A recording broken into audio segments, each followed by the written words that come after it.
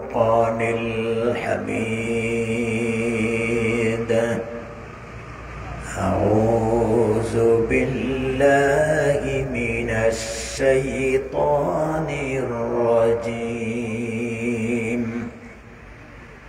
بسم الله الرحمن الرحيم.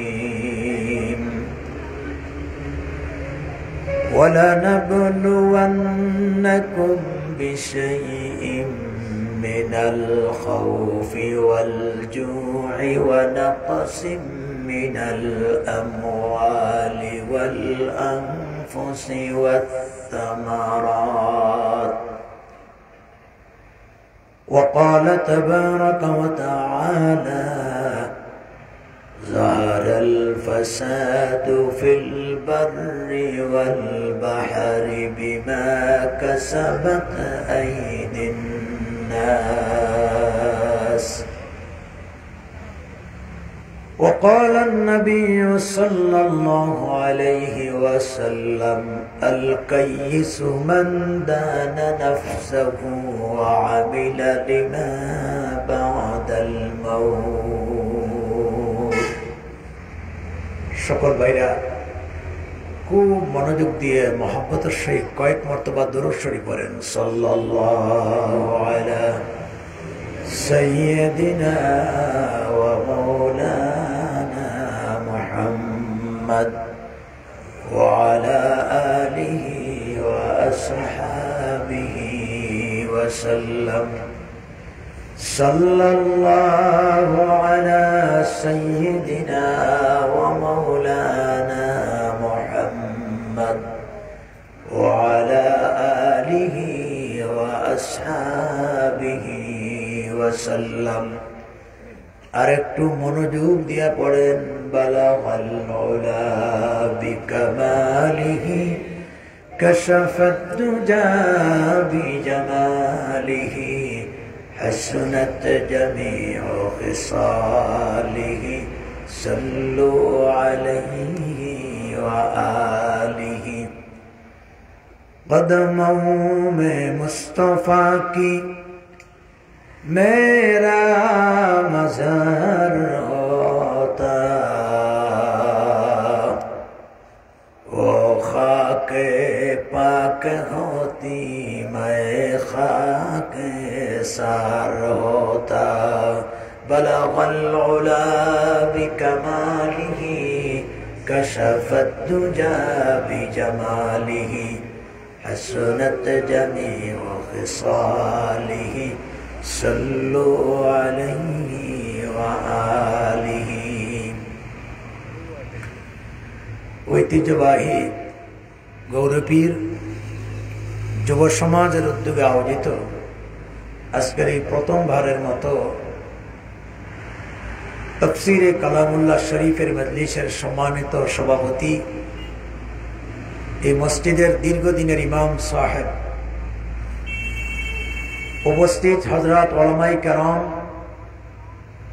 মঞ্চে উপবিষ্ট অত্র এলাকার সাবেক জননন্দিত মেম্বার জনাব আব্দুল মালিক সাহেব,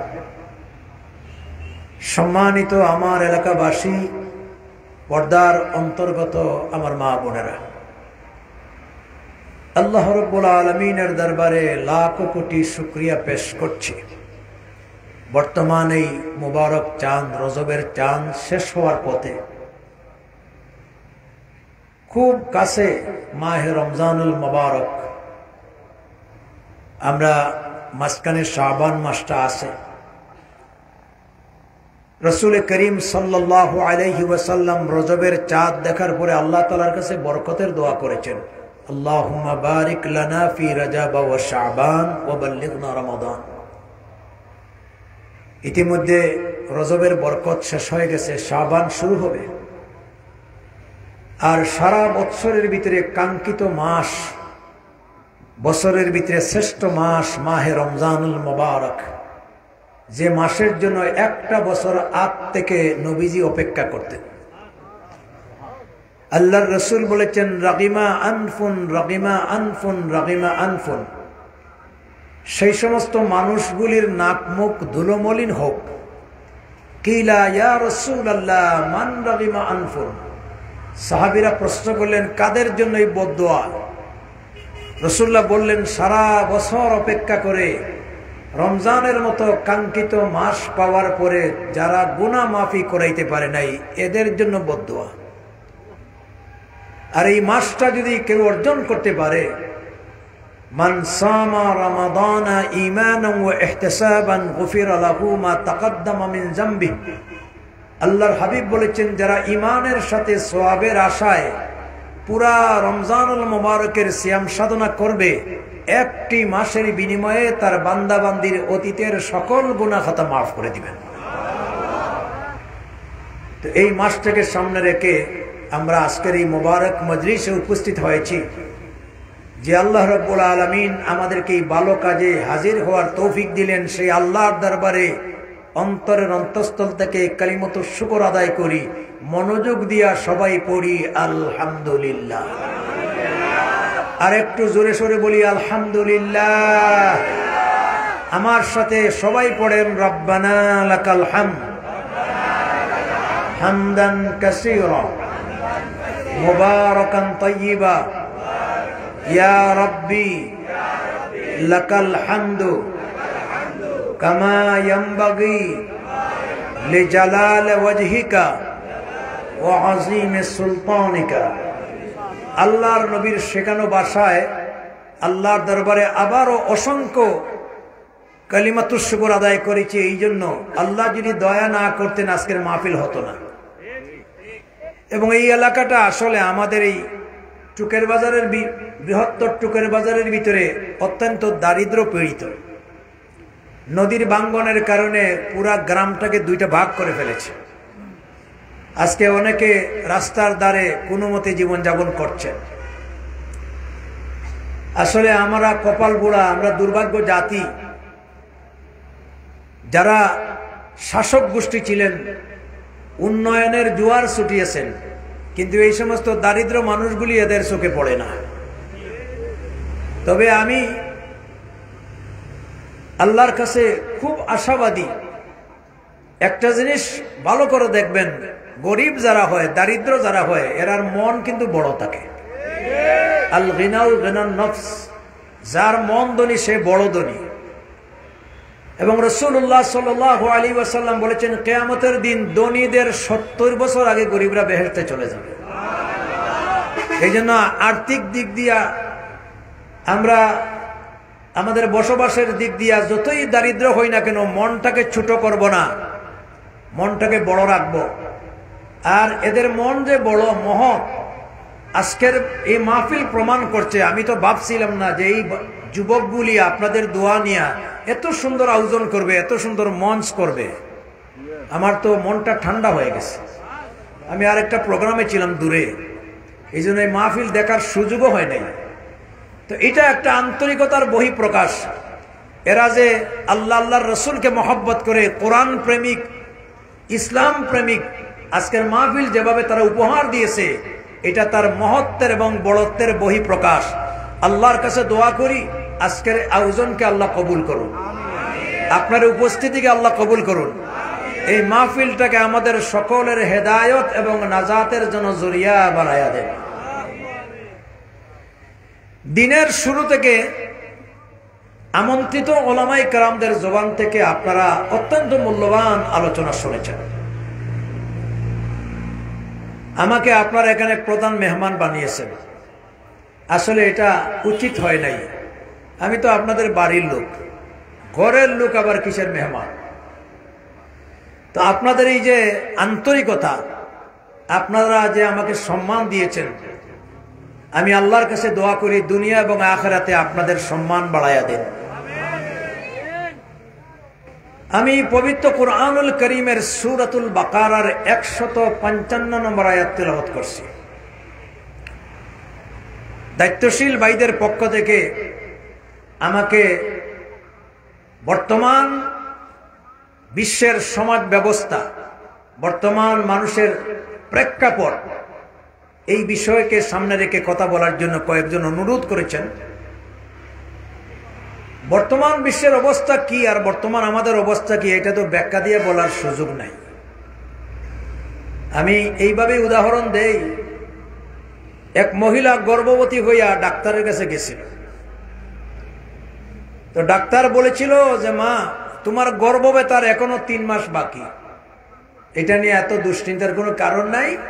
ঔষধ দিলাম, ঘরে গিয়া ডিম, মুরগি আর রক্তশূন্যতার যতগুলি উপাদান আছে এগুলা খাও, স্বাচ্ছন্দ্যে চলো, টেনশন নাই। 3 মাস পরে তোমার গর্ভব্যথা আসবে, এখনো 3 মাস বাকি। ঘরে এসে মহিলা তার শ্বশুরি মাকে বলেছিল যে মা, ডাক্তার বলেছে আমাকে নিয়ে কেউ চিন্তা করবেন না, গর্ভব্যথার এখনো বাকি কয় মাস, কথা বলতে হবে। তবে শাশুড়ি মা, তোমার একটা কথা বলছি, যখন 3 মাস নির্ধারিত টাইম এসে যাবে, তুমি আমার একটু সতর্ক করিও যে বৌমা রেডি হয়ে যাও, তোমার কিন্তু ব্যথার সময় হয়ে গেছে। তো শাশুড়ি মা বলেছিল যে বৌমা, তোমার এই ব্যথার সময় আসলে আমার স্মরণ করিয়ে দেওয়া লাগবে না, তোমার ব্যথায় সারা বাড়িওয়ালা আগে ভাগে স্মরণ হয়ে যাবে। আজকে বাংলাদেশের প্রেক্ষাপট এবং বিশ্বের যে প্রেক্ষাপট, এটা ব্যাখ্যা দিয়া বলার সময় লাগবে না।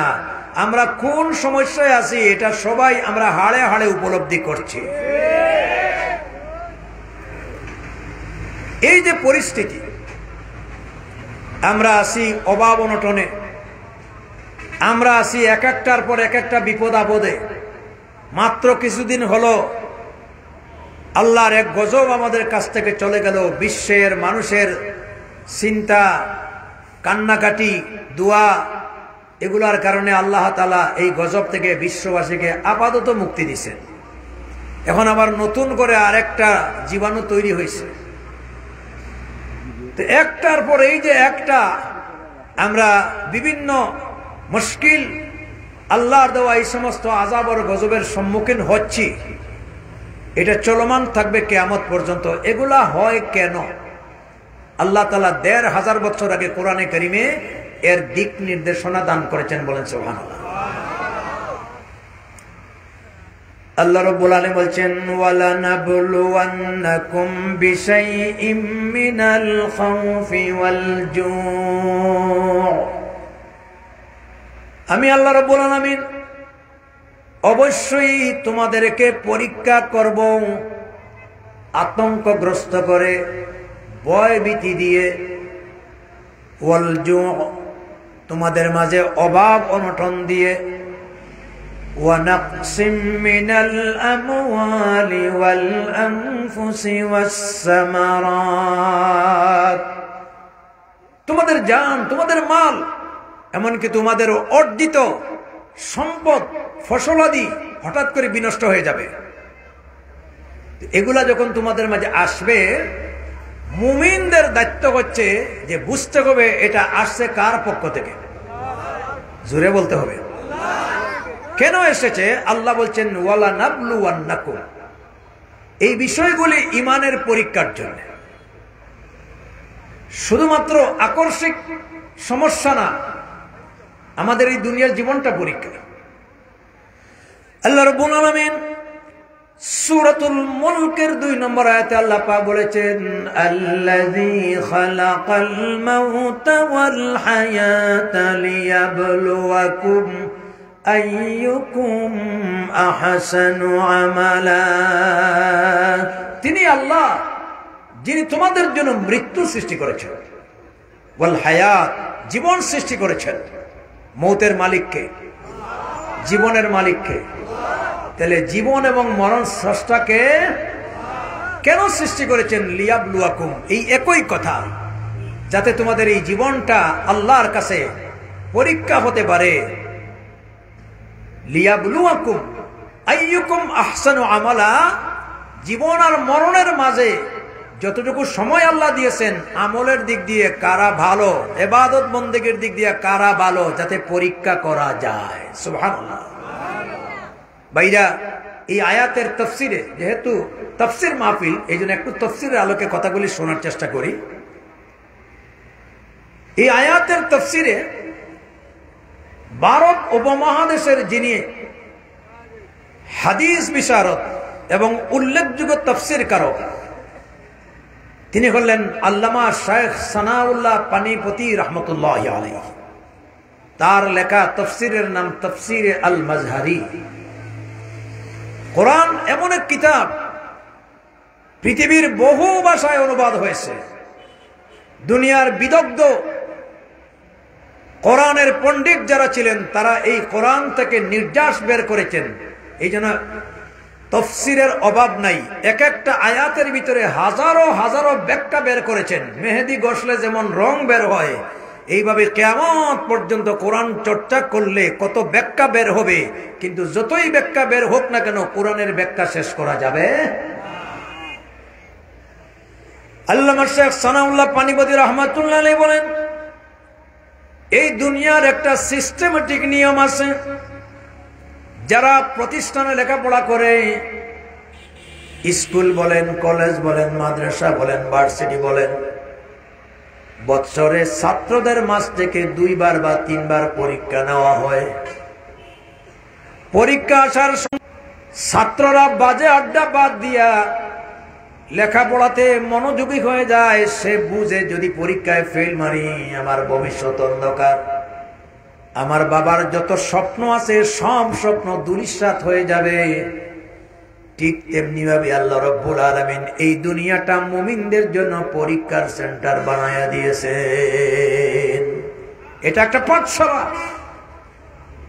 এবং এখানে আমরা এসেছি আমাদের পড়াশোনা কি। আল্লাহ রাব্বুল আলামিন সূরা জারিয়াতে বলেছেন, ওয়ামা খালাকতুল জিন্না ওয়াল ইনসা ইল্লা লিয়াবুদুন। আমি জিন এবং ইনসান জাতিকে একমাত্র উদ্দেশ্য সৃষ্টি করেছি, তারা আমার ইবাদত করবে, আমার বন্দেগী করবে। অতএব বুঝা গেল দুনিয়াতে যতদিন বেঁচে থাকবো আমাদের পড়াশোনা হলো আল্লাহর ইবাদত বন্দেগী করা। এখন আমরা আসলে আল্লাহর ইবাদত বন্দেগী করি না, শয়তানের ইবাদত করি। এই জন্য আল্লাহ পাক মাঝে মাঝে বিপদ আপদ মুসিবত দিয়ে আমাদেরকে পরীক্ষা করেন, ঠিক কিনা? এই জন্য ঘাবড়াইয়া যাওয়ার দরকার নাই। বিপদ আসলেই ঘাবড়াবেন না, এটা আল্লাহর পক্ষ থেকে পরীক্ষা। পরীক্ষা উত্তীর্ণ হতে হলে আল্লাহ রাব্বুল আলামিন আয়াতের শেষাংশে বলেছেন, ওয়াবাশশিরিস সাবিরিন। এই বিপদের সময় যারা সবর ধারণ করে, ধৈর্য ধারণ করে। এখন আপনি একজন সবরকারী আল্লাহর বান্দা। সবর কিন্তু মুমিনের একটা উল্লেখযোগ্য গুণাবলী। ও আমার ভাইরা, আপনি যে একজন সবরকারী মুমিন, তার পরিচয়টা কি? আল্লাহ রাব্বুল আলামিন বলেন, ইযা আসাবাতুহুম মুসিবাতুন ক্বালু, সবাই পড়েন আমার সাথে, ইন্না লিল্লাহি ওয়া ইন্না ইলাইহি রাজিউন। বিপদের সময় যারা এই কথা বলে, ইন্না লিল্লাহ, নিঃসন্দেহে আমরা তো তোমার, আমরা কার? ওয়া ইন্না ইলাইহি রাজিউন, অবশ্যই আমরা তোমার দিকে ফিরে যাব। এই জন্য বিপদকারীর, মুসিবতের সময় সবরকারীর একটা পরিচয় হচ্ছে, আইডেন্টিটি হচ্ছে যে তারা সব সময় আল্লাহর কাছে আত্মসমর্পণ করে। আমাদের মধ্যে একটা অভ্যাস আছে, আমাদের কোনো আত্মীয় স্বজন কেউ যদি মারা যায় অথবা মৃত্যুর সংবাদ শুনি, তখনই আমরা শুধুমাত্র ইন্না লিল্লাহ পড়ি। রাইসুল মুফাসসির হযরত আব্দুল্লাহ বিন আব্বাস রাদিয়াল্লাহু তাআলা বর্ণনা করেছেন, ও মুমিনেরা, শুধুমাত্র মৃত্যুর নাম শুনলে ইন্না লিল্লাহ পড়া নয়, বরং মুমিনের জীবনে রাস্তা দিয়ে চলাচলের সময় তোমার পায়ের জুতার ফিতাটা ছিঁড়ে গেছে, স্যান্ডেলের ফিতাটা ছিঁড়ে গেছে, হাঁটতে গিয়া তোমার অসুবিধা হচ্ছে, স্যান্ডেলের ফিতা ছিঁড়াটাও একটা বিপদ। ছোট হোক, বড় হোক, মাঝারি হোক, যে কোনো বিপদের সম্মুখীন হলে মুমিনের দায়িত্ব হচ্ছে সঙ্গে সঙ্গে আত্মসমর্পণ করবে কার কাছে? বলবে ইন্না লিল্লাহি ওয়া ইন্না ইলাইহি রাজিউন। যখন মানুষ সে আত্মসমর্পণ করে আল্লাহর কাছে সে সাইলেন্ট হয়ে যায়, বলে যে আমি তো তোমার দিকে ফিরে যাব, যাওয়ার কোনো জায়গা নাই। আল্লাহ যখন বিপদ দিয়ে পরীক্ষা করেন, এই মুমিনের পরীক্ষায় উত্তীর্ণ হওয়ার সঙ্গে সঙ্গে আল্লাহর কুদরতি ব্যবস্থায় বিপদ দূরীভূত করে দেন। এই জন্য বিপদ আপদ মুসিবত, বর্তমান এই বিশ্বের দুরবস্থা, আমাদের যে নাজুক অবস্থা, এটা আমাদের ইমানের পরীক্ষা। আওয়াজ দিয়ে বলতে হবে, কিসের পরীক্ষা? ইমানের পরীক্ষা। এখন এই পরীক্ষায় আমরা উত্তীর্ণ হতে চাই। দুনিয়াটা পরীক্ষার জগৎ, এখানে আমরা চিরস্থায়ী বসবাস করতে আসি নাই। বুকবাদী যারা, তারা মনে করে যে দুনিয়ার জীবনই শেষ। গানের মধ্যে বুকের আওয়াজ পাওয়া যায়, দুনিয়া কা মাজা মেলো দুনিয়া তোমারি। এরা হলো বুকবাদী চিন্তা যে মরণের পরে আর কিসের জগৎ। বিশেষ করে নাস্তিক যারা আছে, আল্লাহকে অবিশ্বাস করে, দেয়ার ইজ নো গড, স্রষ্টা বলতে কেউ নাই, দিস ইজ ন্যাচারাল, দুনিয়াটা মনে করে প্রাকৃতিক, কিসের মৃত্যুর পরে আবার পরকাল, এদের জন্য দুনিয়াটাই আসল। কবি বলছেন, কবি সম্রাট জজ আকবর এলাহাবাদী রহমতুল্লাহ আলাইহি, বুকবাদী যারা, নাস্তিকবাদী যারা, যারা পরকাল বিশ্বাস করে না, আখিরাত বিশ্বাস করে না, দুনিয়ার জীবনটারে মুক্কম বানাইছে, তাদের উদ্দেশ্যে বলেছেন, জৈসে করনি ऐसे बुनी न माने तू करके देख, जन्नत भी है जहन्नम भी है, न माने तू मर के देख। বাংলা কবি বলেছেন, যেমন কর্মের তেমন ফল, মানতে না চাও করিয়া দেখো, জান্নাত আছে জাহান্নাম আছে, বিশ্বাস না হয়ে মরিয়া দেখো। মরার পরে বুঝবেন না খেসিন জবর খেস কারে হয়, কথা বলেন না কেন? এই জন্য আমরা ইমানদার, পরকালের বিশ্বাসী, আখিরাতের বিশ্বাসী। আমরা বুগের জন্য আসি নাই, আমরা এসেছি ত্যাগের জন্য। এই কয়েকটা দিন আল্লাহর গোলামি করার জন্য, ইবাদত বন্দেগী করার জন্য, ঠিক কিনা? এই জন্য আল্লাহ আমাদেরকে সতর্ক করতে চান, বিপদ আপদ দিয়ে ঘাবড়াইয়া যাইয়েন না, বরং বিপদ আসলেই সবর ধারণ করবেন, আর বিপদের সময় সাহায্য চাইবেন কার কাছে? আরো জোরে বলেন, আল্লাহ পাকের কাছে। ও মুসলমানেরা, আল্লাহ রাব্বুল আলামিনের কোরআন বিশ্ববাসীর জন্য হেদায়েতের গাইডলাইন। অতীতের বনি ইসরাইলের বহু কাহিনী আল্লাহ কোরআনে কারীমে বর্ণনা করেছেন। বহু জাতিকে আল্লাহ রাব্বুল আলামিন আযাব আর গজব দিয়া পৃথিবীর মানচিত্র থেকে নিষ্পেষিত করে দিয়েছেন। এমনকি এই দুনিয়াতে সবচাইতে শ্রেষ্ঠ মানব, সবচাইতে আদর্শ মানব হযরতে আম্বিয়া আলাইহিমুস সালাতু ওয়াস সালাম, আল্লাহ পাক তাদের কাছেও আমাদের চাইতে আরো বড় বড় পরীক্ষা নিয়েছেন, ঠিক কিনা? আজকে সামান্য জ্বর হয়ে গেলে বহু মানুষ আছে মসজিদ বাদ দিয়ে দেয়, কথা বলেন না কেন? একটু হুচট খাইলে আল্লাহরে দোষারোপ করে, আল্লাহ আমি তো মসজিদে যাই, এই বিচারারে দেখো না, পাশের বাড়ির লোক জীবনে একটা দিন মসজিদে যায় না। এই কথাগুলি কোনোদিন বলবেন না। আল্লাহর প্রিয় যারা, আল্লাহ তাদেরকে রোগ দেন, বিপদ দেন, কারণ বিপদ রোগ না আসলে আপনি তো আল্লাহরে ভুলে যাবেন। মাঝে মাঝে মেডিকেল করিয়েন, ক্লিনিকে গিয়া ডাক্তার রুগীদের কাছে যাইয়েন, দেখবেন এই মেডিকেলের ক্লিনিকের রুগীরা যত বেশি আল্লাহরে ডাকে, সুস্থ মানুষ ততক্ষণ বেশি আল্লাহরে ডাকে না। আমি বলছিলাম, আম্বিয়া আলাইহিমুস সালাতু ওয়াস সালামকে আল্লাহ রাব্বুল আলামিন কত বড় বড় বিপদের সম্মুখীন করেছেন। দুই একটা এক্সাম্পল বলি বুঝার জন্য। আল্লাহ পাক কোরআনে কারীমে বলছেন, ওয়া আইয়ুবা ইয নাদা রাব্বাহু আন্নী মাসসানিয়াদ দুররু ওয়া আনতা আরহামুর রাহিমিন। আল্লাহু আকবার। আল্লাহ বলছেন, আমার নবী আইয়ুবের কথা স্মরণ করো। আইয়ুব আলাইহিস সালামের কথা আল্লাহ কোরআনে কারীমে উঠাইয়া দিয়েছেন। তিনি যখন অসুস্থ হয়ে মারাত্মক দুরারোগ্য ব্যাধিতে আক্রান্ত হয়ে আমি আল্লাহর কাছে আশ্রয় চাইছি। কি ধরনের রোগ ছিল? এই রোগ আমাদের মাঝে এখনো আসে নাই। মুফাসসিরিনে কেরাম লেখছেন, পায়ের বৃদ্ধাঙ্গুলের মাথা থেকে নিয়ে চুল পর্যন্ত পচে গেছে, শরীরে জীবাণু হয়ে গেছে। যেখানে শরীর থেকে দুর্গন্ধ ছড়ানোর কারণে জনমানব হীন জায়গাতে তিনি আশ্রয় নিয়েছেন। শুধুমাত্র তার জিহ্বাটা সুস্থ ছিল।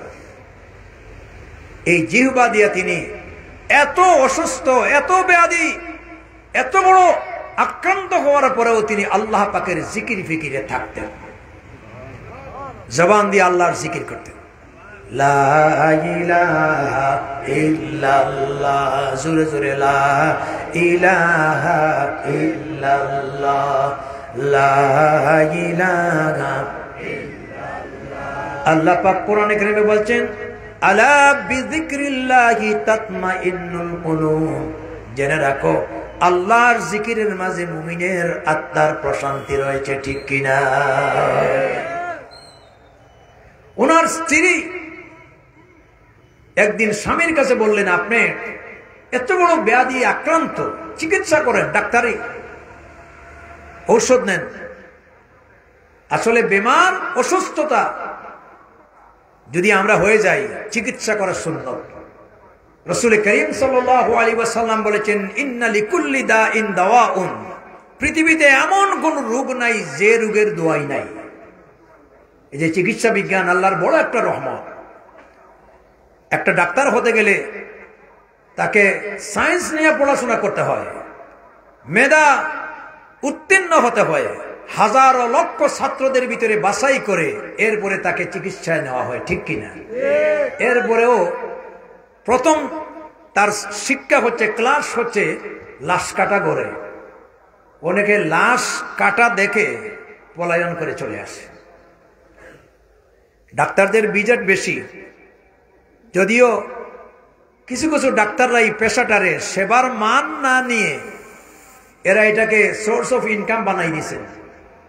কিন্তু চিকিৎসা বিজ্ঞান এত গুরুত্বপূর্ণ, আজকে যদি তারা চিকিৎসা বিজ্ঞানের জ্ঞান অর্জন না করতেন, তারা যদি এই দাওয়াইয়ের ব্যবস্থা না করতেন, আজকে আমাদের সমাজের অবস্থা কত খারাপ হয়ে যেত। ঠিক কিনা? অপারেশন শুনলেই আমরা আটকে উঠি, কিন্তু উন্নত মানের আজকের এই প্রযুক্তি আর অপারেশন আবিষ্কারের কারণে আজকে আমরা বহু রোগ ব্যাধি থেকে মুক্তি পাচ্ছি। কথা ঠিক কিনা? এই যে বাইপাস অপারেশন হয়, হার্টে ব্লক ধরা পড়লে দুইটা পদ্ধতি, একটা রিং পরা, আর যেখানে রিং পরানো সম্ভব না বাইপাস অপারেশন করতে হয়। অথচ এটা আগে ছিল না। হার্ট ব্লক হয়ে গেলে স্ট্রোক করে মানুষ মারা যেত, কিন্তু এই পদ্ধতি আবিষ্কার করেছেন। এই পদ্ধতির আবিষ্কারক যদিও আজকের আধুনিক বিজ্ঞান, কিন্তু এটার শিক্ষা নিয়েছে ১৫০০ বছর আগে রাসূল করিম সাল্লাল্লাহু আলাইহি ওয়াসাল্লামের মেরাজের এই ঘটনা থেকে। রাসূলুল্লাহ মেরাজে যাওয়ার সময় হাতিমে কাবাতে শোয়াইয়া আর জান্নাতের একটা পাত্রের মধ্যে জিবরিল অপারেশন করে নাড়ি বুড়ি বের করে জমজমের পানি দ্বারা ধৌত করে আবার জায়গায় স্থাপন করে কুদরতি মেশিন দ্বারা সেলাই করে দিয়েছেন। ইসলাম সব শিক্ষা দিচ্ছে। ঠিক কিনা বলেন? এই যে চিকিৎসা বিজ্ঞান আল্লাহর বড় নেয়ামত। তবে আবার কিছু রোগও আছে, অনেক রোগের ঔষধ নাই। যেমন HIV AIDS, এটা কিন্তু রোগ না, এটা আল্লাহর গজব। যে সমস্ত দেশে অশ্লীলতা, বেহায়াপনা, ফ্রি মিক্স, জিনা বেবিচার হয়, জিনা বেবিচারের দ্বারা এই রোগে আক্রান্ত হয়, এইডস রোগের মরণ ছাড়া কোনো উপায় নাই। এই জন্য এটা গজব, এটা রোগ না, এটা আল্লাহর পক্ষ থেকে পানিশমেন্ট। আমার ভাইরা, রোগ হইলে দোয়াই করবেন, ডাক্তার দেখাবেন, এটা সুন্নত। কিন্তু কোন ডাক্তারের উপরে ইয়াকিন রাখবেন না যে ডাক্তারের কাছে গেলে আমি ভালো হয়ে যাব। ডাক্তার হচ্ছে আপনার সুস্থতার জন্য একটা উসিলা মাত্র। রোগ দিবেন কে? শিফা দিবেন কে? আল্লাহ পাক বলেছেন, আমি আল্লাহ রাব্বুল আলামিন তোমাদেরকে রোগ দেই আর আমি তোমাদেরকে শিফা দেই। আবার অনেক রোগও আছে, বাপ দাদার জমি জামা বিছে মাটি বিক্রি করে শেষ পর্যন্ত বিদেশে গিয়াও কোন রোগের ঔষধ পাওয়া যায় না। জুড়ে বলেন আছে কিনা? আইয়ুব আলাইহিস সালাম অসুস্থ, স্ত্রী বলছেন আপনি চিকিৎসা করান। নবীদের ব্যাপারটা ভিন্ন, তিনি বলছেন তোমার এই কথার ভিতরে শয়তানের চক্রান্ত পাওয়া যাচ্ছে, আমি কেন চিকিৎসা করাবো, ডাক্তারই তো আমার রোগী বানাইছে। এর মানে হলো যে আল্লাহ তাআলা আমাকে পছন্দ করে আমার শারীরিক ব্যাধি দিয়েছেন, আমি আল্লাহর পছন্দের বাইরে যাব কেন? এটা আমার জন্য ঈমানের ইমতিহান। অতএব আমি যতদিন পর্যন্ত ধৈর্য ধরার ক্ষমতা আছে ততদিন পর্যন্ত বিমার নিয়েই আমি আল্লাহর জিকির আল্লাহর ফিকিরে থাকবো। সুবহানাল্লাহ, জুড়ে বলেন। একাধারে মুফাসসিরিনে কেরাম অসংখ্য মত প্রকাশ করেছেন। সর্বোচ্চ মত হচ্ছে একদিন, 2 দিন, 3 দিন না, সমস্ত শরীর পচে গেছে। হযরতে আইয়ুবের 18 বছর চলে গেছে। সুবহানাল্লাহ, জুড়ে বলে। কিন্তু জিহ্বাটা সুস্থ, জিহ্বা দিয়ে আল্লাহর জিকির করছে। আমার সম্মানিত হাজিরিনে কেরাম, 18 বছরের মাথায় হযরতে আইয়ুব এবার দেখান যেই জিহ্বা দিয়ে আল্লাহর জিকির করেন, এই জিহ্বার মাথায় পচন ধরেছে। এবার চোখের পানি টলটল করে ছেড়ে দিয়ে অসহায়ত্ব নিয়ে আল্লাহর দরবারে দরখাস্ত করলেন, রব্বুল আলামিন, 1 দিন, 2 দিন, 3 দিন না, 18 বছর পর্যন্ত বিমার দিলা, একটা দিন তোমার কাছে কোনো অভিযোগ দেই নাই, কোনো শেকায়ত দেই নাই, আমি সবর ধারণ করেছি। আমার জিহ্বাটা সুস্থ ছিল, এই জিহ্বা দিয়ে তোমার নাম উচ্চারণ করেছি, তোমার জিকির করেছি, তোমার নামের ভিতরে কত স্বাদ আর মজা পেয়েছি।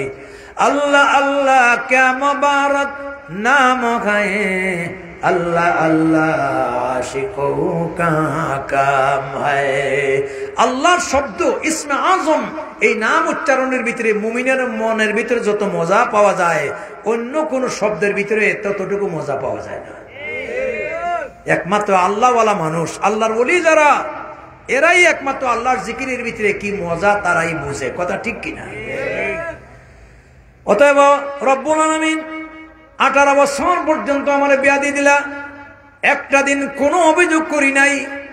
এবার আমার জিহ্বার মাথায় পচন ধরেছে, আমার এই জিহ্বা যদি পচন ধরে পড়ে যায়, তোমার মতো মৌলার জিকির আমি আর কি দিয়া করব? লা ইলাহা জুরে সুরে, লা ইলাহা ইল্লাল্লাহ সুবহানাল্লাহ আলহামদুলিল্লাহ লা ইলাহা ইল্লাল্লাহ। নেই কেহ নেই আল্লাহ ছাড়া, ইলাহা ইল্লাল্লাহ সুবহানাল্লাহ আলহামদুলিল্লাহ লা ইলাহা লা ইলাহা ইল্লাল্লাহ মুহাম্মাদুর রাসূলুল্লাহ সাল্লাল্লাহু আলাইহি। আল্লাহ, তুমি আমার জিহ্বাটারে কমপক্ষে সুস্থ রাখো, যাতে আমি তোমার নাম উচ্চারণ করতে পারি, তোমার জিকির করতে পারি। আমার আল্লাহ রাব্বুল আলামিন তিনি কোরআনে কারিমে বলছেন, وَأَيُّوبَ إِذْ نَادَى رَبَّهُ أَنِّي مَسَّنِيَ الضُّرُّ وَأَنْتَ أَرْحَمُ الراحمين। স্মরণ করা হযরত আইয়ুবের কথা, তিনি যখন অসুস্থ হয়ে আমার কাছে দরখাস্ত করেছেন, আমি তো মারাত্মক রোগে আক্রান্ত, আর আপনি হচ্ছেন আরহামুর রাহিমিন, আপনি দয়াবান, আপনি মেহেরবান, অতএব আমার প্রতি দয়া করো। আল্লাহ রাব্বুল আলামিন দীর্ঘ 18 বছরের বেমার দেওয়ার পরে হযরতে আইয়ুবের চোখের পানি আর দরখাস্ত শুধু কবুল করেন নাই, এই মর্মে ওহী নাযিল করলেন, এত সুন্দর দরখাস্ত, তোর জিহ্বা পড়ে গেলে আমার জিকির বন্ধ হয়ে যাবে।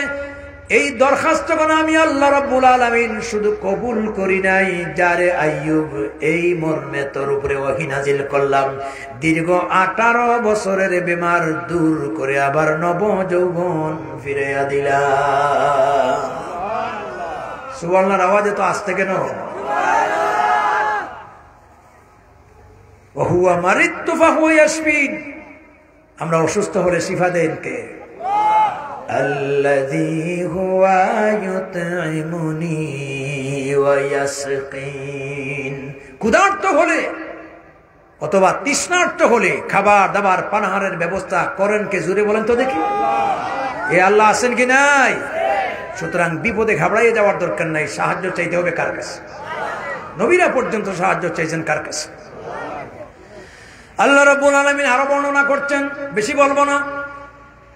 আল্লাহ পাক বলছেন ওয়াজান্নুন ইদ যাহাবা মুগাযিবান ফাযান্না আন লান নাকদিরা আলাইহি ফানাদা ফিজ যুলুমাতি আল্লা ইলাহা, সবাই আমার সাথে পড়েন, লা ইলাহা ইল্লা আনতা সুবহানাকা ইন্নী কুনতু মিনাজ জালিমিন।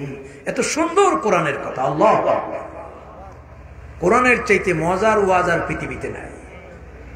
কোরআনের কথা কার কথা? এটার নাম কালামুল্লাহ, আল্লাহর বাণী। আমার আল্লাহ রাব্বুল আলামিন বলছেন ওয়া জান্নুন, আমার জান্নুনের বর্ণনা করছি। আবার আরেক জায়গায় আল্লাহ পাক বলেছেন তিনি ছিলেন সাহেবুল হুত। সাহেবুল হুত অর্থ একই অর্থ মাছওয়ালা নবী।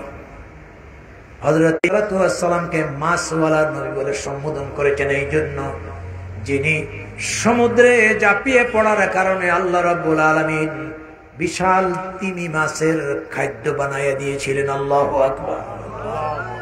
সমুদ্রের তলদেশে কত বড় তিমি মাছ ছিল। জুলুমাতিন সালাস, একদিকে মাছের পেটের অন্ধকার, আরেক দিক দিয়ে পানির অন্ধকার, আরেক দিক দিয়ে রাত্রের অন্ধকার।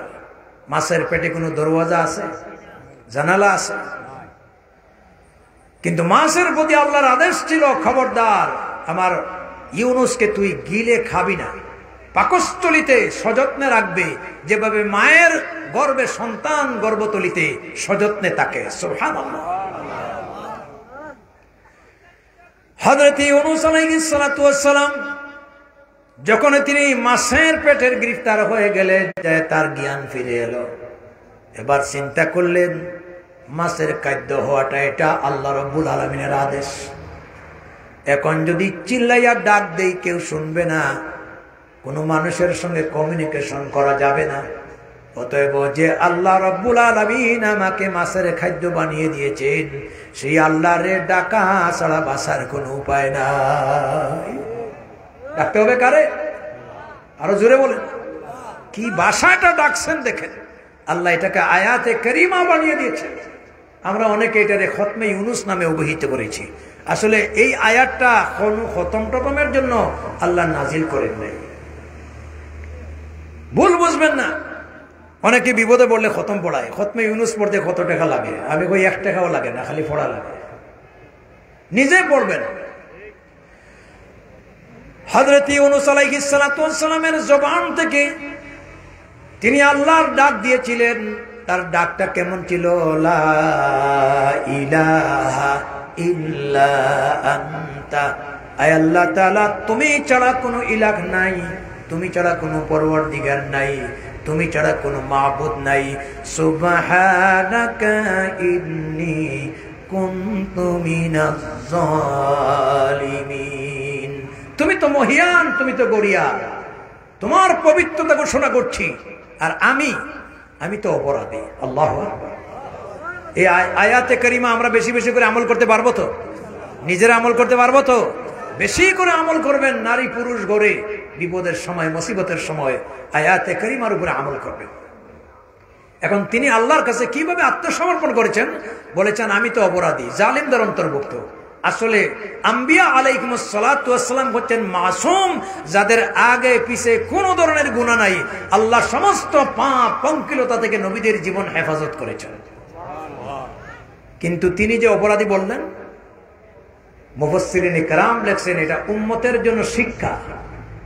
নবীরা হলেন মুআল্লিম, উস্তাদ, আর আমরা তার শীর্ষ, আমরা তার উম্মত। এই জন্য সব নবীদের কাছ থেকে শিখতে হবে, ঠিক কিনা? রাসূলুল্লাহ বলেছেন বুইসতু মুআল্লিমা, আমাকে এই পৃথিবীর মানব দানব সব গোষ্ঠীর জন্য মহান শিক্ষক বানাইয়া প্রেরণ করা হয়েছে। নবীদের দেওয়া শিক্ষার বাহিরে গেলেই আপনার বিভ্রান্তি, নবীদের দেওয়া শিক্ষার বাহিরেই আপনি পথ মত গ্রহণ করলেই আপনার জীবন সর্বনাশ। কথা বলেন ঠিক কিনা? উম্মতের জন্য শিক্ষাটা কি? মুফাসসিরিনে কেরাম লেখেন, আল্লাহ রাব্বুল আলামিনের কাছে সেই মানুষটা খুবই মুকাররব, আল্লাহর নিকটবর্তী, যেই মানুষটা নিজের অপরাধী বলে দাবি করে। সে বলে, আল্লাহ আমার চাইতে অপরাধী আর কেউ নাই, আমার চাইতে গুনাহগার আর কেউ নাই। এই কথাগুলি যখন বলে, আল্লাহ তার রহমতের কুলে বান্দারে আশ্রয় দেন। হযরত ইউনূস যখন আত্মসমর্পণ করে নিজের অপরাধী বলেছেন, আমার আল্লাহ রাব্বুল আলামিন আরশে আজিম থেকে সঙ্গে সঙ্গে হযরত ইউনূসের ডাকে সাড়া দিয়েছেন। শুরু সাড়া দেন নাই, আল্লাহ তাআলা মুক্তির ব্যবস্থা করে দিয়েছেন। কোরআনে কারিমে আল্লাহ রাব্বুল আলামিন সব ওপেন সিক্রেট করে দিয়েছেন। আল্লাহ কি বলেছেন? আল্লাহ বলছেন, ফাস্তাজাবনা লাহু, সবাই মনোযোগ দিয়ে পড়েন, ফাস্তাজাবনা লাহু ওয়া নাজ্জাইনাহু মিনাল গাম্মি ওয়া কাযালিকা নুনজিল মুমিনিন।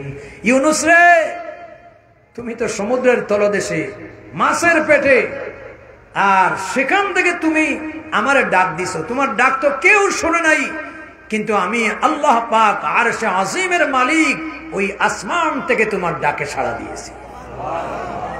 আল্লাহরে ডাকলে আল্লাহ শুনেন কিনা? উদউনি আস্তাজিব লাকুম, আমারে ডাকো আমি তোমাদের ডাকে সাড়া দেব।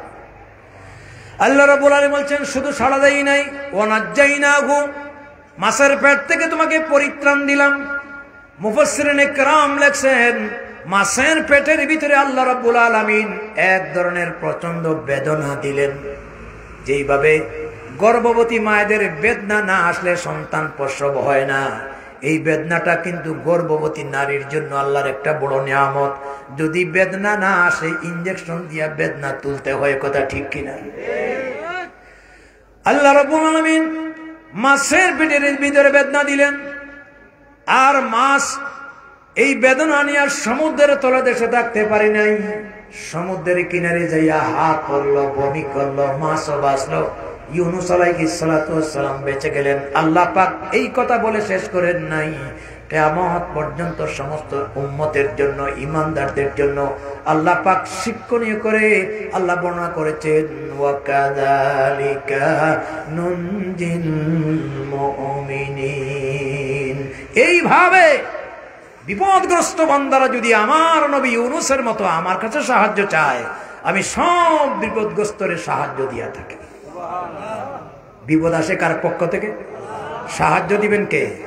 সুতরাং আমরা চাইবো, আরো জোরে বলেন, আল্লাহর পক্ষে। আল্লাহ ছাড়া বিপদ থেকে উদ্ধারকারী পৃথিবীতে কেউ। তাহলে আমি সূরাতুল বাকারার 155 নম্বর আয়াত থেকে প্রথম নম্বরে বুঝাইলাম যে আজকের এই বর্তমান বিশ্বের দুরবস্থা, এটা ঈমানদারদের জন্য ঈমানের পরীক্ষা। এই পরীক্ষায় উত্তীর্ণ হতে হলে সবরের সাথে গায়রুল্লাহ থেকে আমাদের মন এবং আমাদের আকীদা এবং বিশ্বাসকে পরিবর্তন করে এক আল্লাহর দাসত্বে, এক আল্লাহর কাছে আমাদের আত্মসমর্পণ করতে হবে, যেভাবে নবীরা আল্লাহ তাআলার কাছে সাহায্য চাইছেন। ঠিক কিনা? এবার আসুন, শুধুমাত্র ইমানের পরীক্ষা না, আরো কিছু কারণে আল্লাহর পক্ষ থেকে আযাব গজব আসে। আল্লাহ রাব্বুল আলামিন কোরআনে কারীমে অন্য জায়গায় বলেছেন, যাহারাল ফাসাদু ফিল বাররি ওয়াল বাহরি বিমা কাসাবাত আইদিন নাস লিয়ুযীকাহুম বা'দাল্লাযী আমিলু লাআল্লাহুম ইয়ারজিউন। কষ্ট হচ্ছে না তো আপনাদের? আল্লাহ বলছেন, জলে স্থলে সর্বত্র বিপর্যয় আসে, খালি আমারে দোষিয়া লাভ নাই। বিমা কাসাবাত আইদিন নাস, এটি মানুষের কর্মের বিনিময়ে, মানুষের আমলের বিনিময়ে। মানুষ যখন আল্লাহ দ্রোহী, আল্লাহর নাফরমানি, অন্যায় কাজ করতে করতে সীমা লঙ্ঘন করে ফেলে, তখন মানুষের গুনাহের কারণে আল্লাহর গজব আযাব আসতে বাধ্য হয়ে যায়। আমরা তো অনেক সময় খালি আল্লাহরে দোষারোপ করি, অথচ আল্লাহ তাআলার মতো তার বান্দাদের প্রতি দয়া আর মায়া পৃথিবীতে আরেকজনের নাই, ঠিক কিনা? 100 ভাগ মায়া থেকে 1 ভাগ মহব্বতকে আল্লাহ তাআলা আরো 100 ভাগ করে মাত্র সামান্যতম মহব্বত মা বাপকে দিয়েছেন। সন্তান তার মা বাবার কাছে যতটুকু স্নেহ মমতা পায় অন্যর কাছে পায় না। এরপরেও যদি একটু ইদিক সিদিক হয়ে যায় অনেক সময় মা বাপ তেজ্য পুত্র করে দেয়, কিন্তু আল্লাহ রাব্বুল আলামিনের কাছে রয়েছে অগণিত দয়া আর মায়া, এবং তিনি যে দয়া আর মায়া করেন তার বাস্তব প্রমাণ হচ্ছে আমরা যত গুনাহের কাজ করি, অন্যায় করি, আজ যদি আল্লাহ তাআলা মানুষের কাছে প্রকাশ করে দিতেন তাহলে মানুষের কাছে মানুষের কোনো দাম থাকতো না। কথা বলেন না কেন? আল্লাহ তাআলা তিনি সত্তার, তিনি গফফার, তিনি আমাদের আয়েবগুলি ডেকে রেখেছেন। আল্লাহু আকবার। আল্লাহ তাআলা বলছেন অনেক সময় তোমাদের গুনাহের কারণে, আমরা কি গুনাহ করি নাই? আমরা কতটুকু গুনাহ করেছি। ইবনে মাজার একটা হাদিস পড়ি, রাসূল করিম সাল্লাল্লাহু আলাইহি ওয়াসাল্লাম আজ থেকে ১৫০০ বছর আগে ভবিষ্যৎবাণী দিয়ে গেছেন। তিনি বলেছেন আমার উম্মতরা যখন 15 ধরনের পাপ কাজে লিপ্ত হয়ে যাবে, 15 ধরনের গুনাহের কাজকে গুনাহের কাজ মনে করবে না। এর মধ্যে একটা হচ্ছে যারা গনিমতের মাল অথবা সরকারি সম্পদ নিজের সম্পদ বলে আত্মসাৎ করবে। এখন কিন্তু দেখেন আপনাদের বাস্তবতা আসতেছে, আজকে সরকারি সম্পদ আত্মসাৎ হচ্ছে কিনা আসতে বলেন? বাংলাদেশে দুর্নীতি না? হ্যাঁ, এই যে বিগত 15টা বছর আমরা যেই জুলমের শিকার ছিলাম, আপনারা এখানে বিএনপির লোক আছেন, আওয়ামী লীগের লোক আছেন, জামাতের লোক আছেন, জাতীয় পার্টির লোক আছেন, এটা রাজনৈতিকভাবে নিবেন না। যদি কারো বিরুদ্ধে চলে যায় কোরআনের কথা নবীর কথা মনে করে আত্মসংশোধন মনে করে নিবেন, কারণ আমরা যদি হক কথা না বলি আপনাদের কাছে হক কথা আর কে বলবে? তানবী রাহমাতুল্লাহ আলাইহি বলছেন কোরআনের কথা এটা ডাক্তারদের দাওয়াইয়ের মতো। ডাক্তার রোগ বুঝে ঔষধ দেয়, যেখানে ট্যাবলেট দিলে সারবে সেখানে ট্যাবলেট দিবে, যেখানে ট্যাবলেটে সারবে না সেখানে ইঞ্জেকশন দিবে, যেখানে ইঞ্জেকশনে সারবে না সেখানে অস্ত্রোপচার করবে, যেখানে ক্যান্সার হয়ে যাবে তখন তাকে অবশ্যই এরপরে সোয়াইয়া অপারেশন করতে হবে। এখন যদি আমাদের সমাজের রোগের অপারেশন করি আপনাদের মনের বিরুদ্ধে চলে যায়, আপনারা কি বেজার হবেন? ভাই, কে বিএনপি, কে জামাত, কে আওয়ামী লীগ এটা বড় বিষয় না, আপনারা আমাদের আপনজন, আমরা সবাই মুসলিম, আমরা সবাই ভাই ভাই। কিন্তু আমাদের ভিতরে দুষ্টুটি আছে কি নাই? আজকে সংশোধন হওয়ার সময় এসেছে। যারা নিজের আমলের কারণে আজ জনগণ থেকে বিচ্ছিন্ন হয়ে গেছেন, আপনাদের আত্মসমালোচনা করার দরকার, আপনাদেরকে ঘুরে দাঁড়ানোর দরকার, ঠিক কিনা বলেন? বিগত 15টা বছর আপনারা কি করেছেন একটু চিন্তা করে দেখেন তো দেখি। এই দেশের জনগণের মান মর্যাদা কোথায় নিয়ে গেছেন? 90% মুসলমানের দেশটাকে বিশ্বের মানচিত্রে জঙ্গি নামে খ্যাত দেওয়ার জন্য আপনারা উঠে পড়ে লেগেছেন। দুর্নীতি করছেন। আজকে উন্নয়ন উন্নয়ন উন্নয়ন শুনতে শুনতে বমি বের হয়ে গেছে। দৃশ্যমান কিছু উন্নয়ন হয়েছে, কিন্তু উন্নয়নের নামে যা হয়েছে আপনারা নিজেদের পেটের উন্নয়ন করেছেন আর বহির্বিশ্বের উন্নয়ন করেছেন। রোডের বদলা বাঁশ দিছে, রোডের বদলা কি দিছে? কালকে কানাইঘাট গেলাম, রাস্তাঘাটের যে দুরবস্থা, আল্লাহ মাফ করুক, কোন মহিলা যদি গর্ভব্যথায় ধরে মেডিকেল যাওয়া লাগবে না, রাস্তায় হয়ে যাবে। আজকে দুর্নীতি এমন পর্যায়ে গেছে, এই গরিব জনগণের পকেটের পয়সাগুলি আপনারা নিয়ে রাখছেন বিদেশের ব্যাংকে, সুইস ব্যাংকে,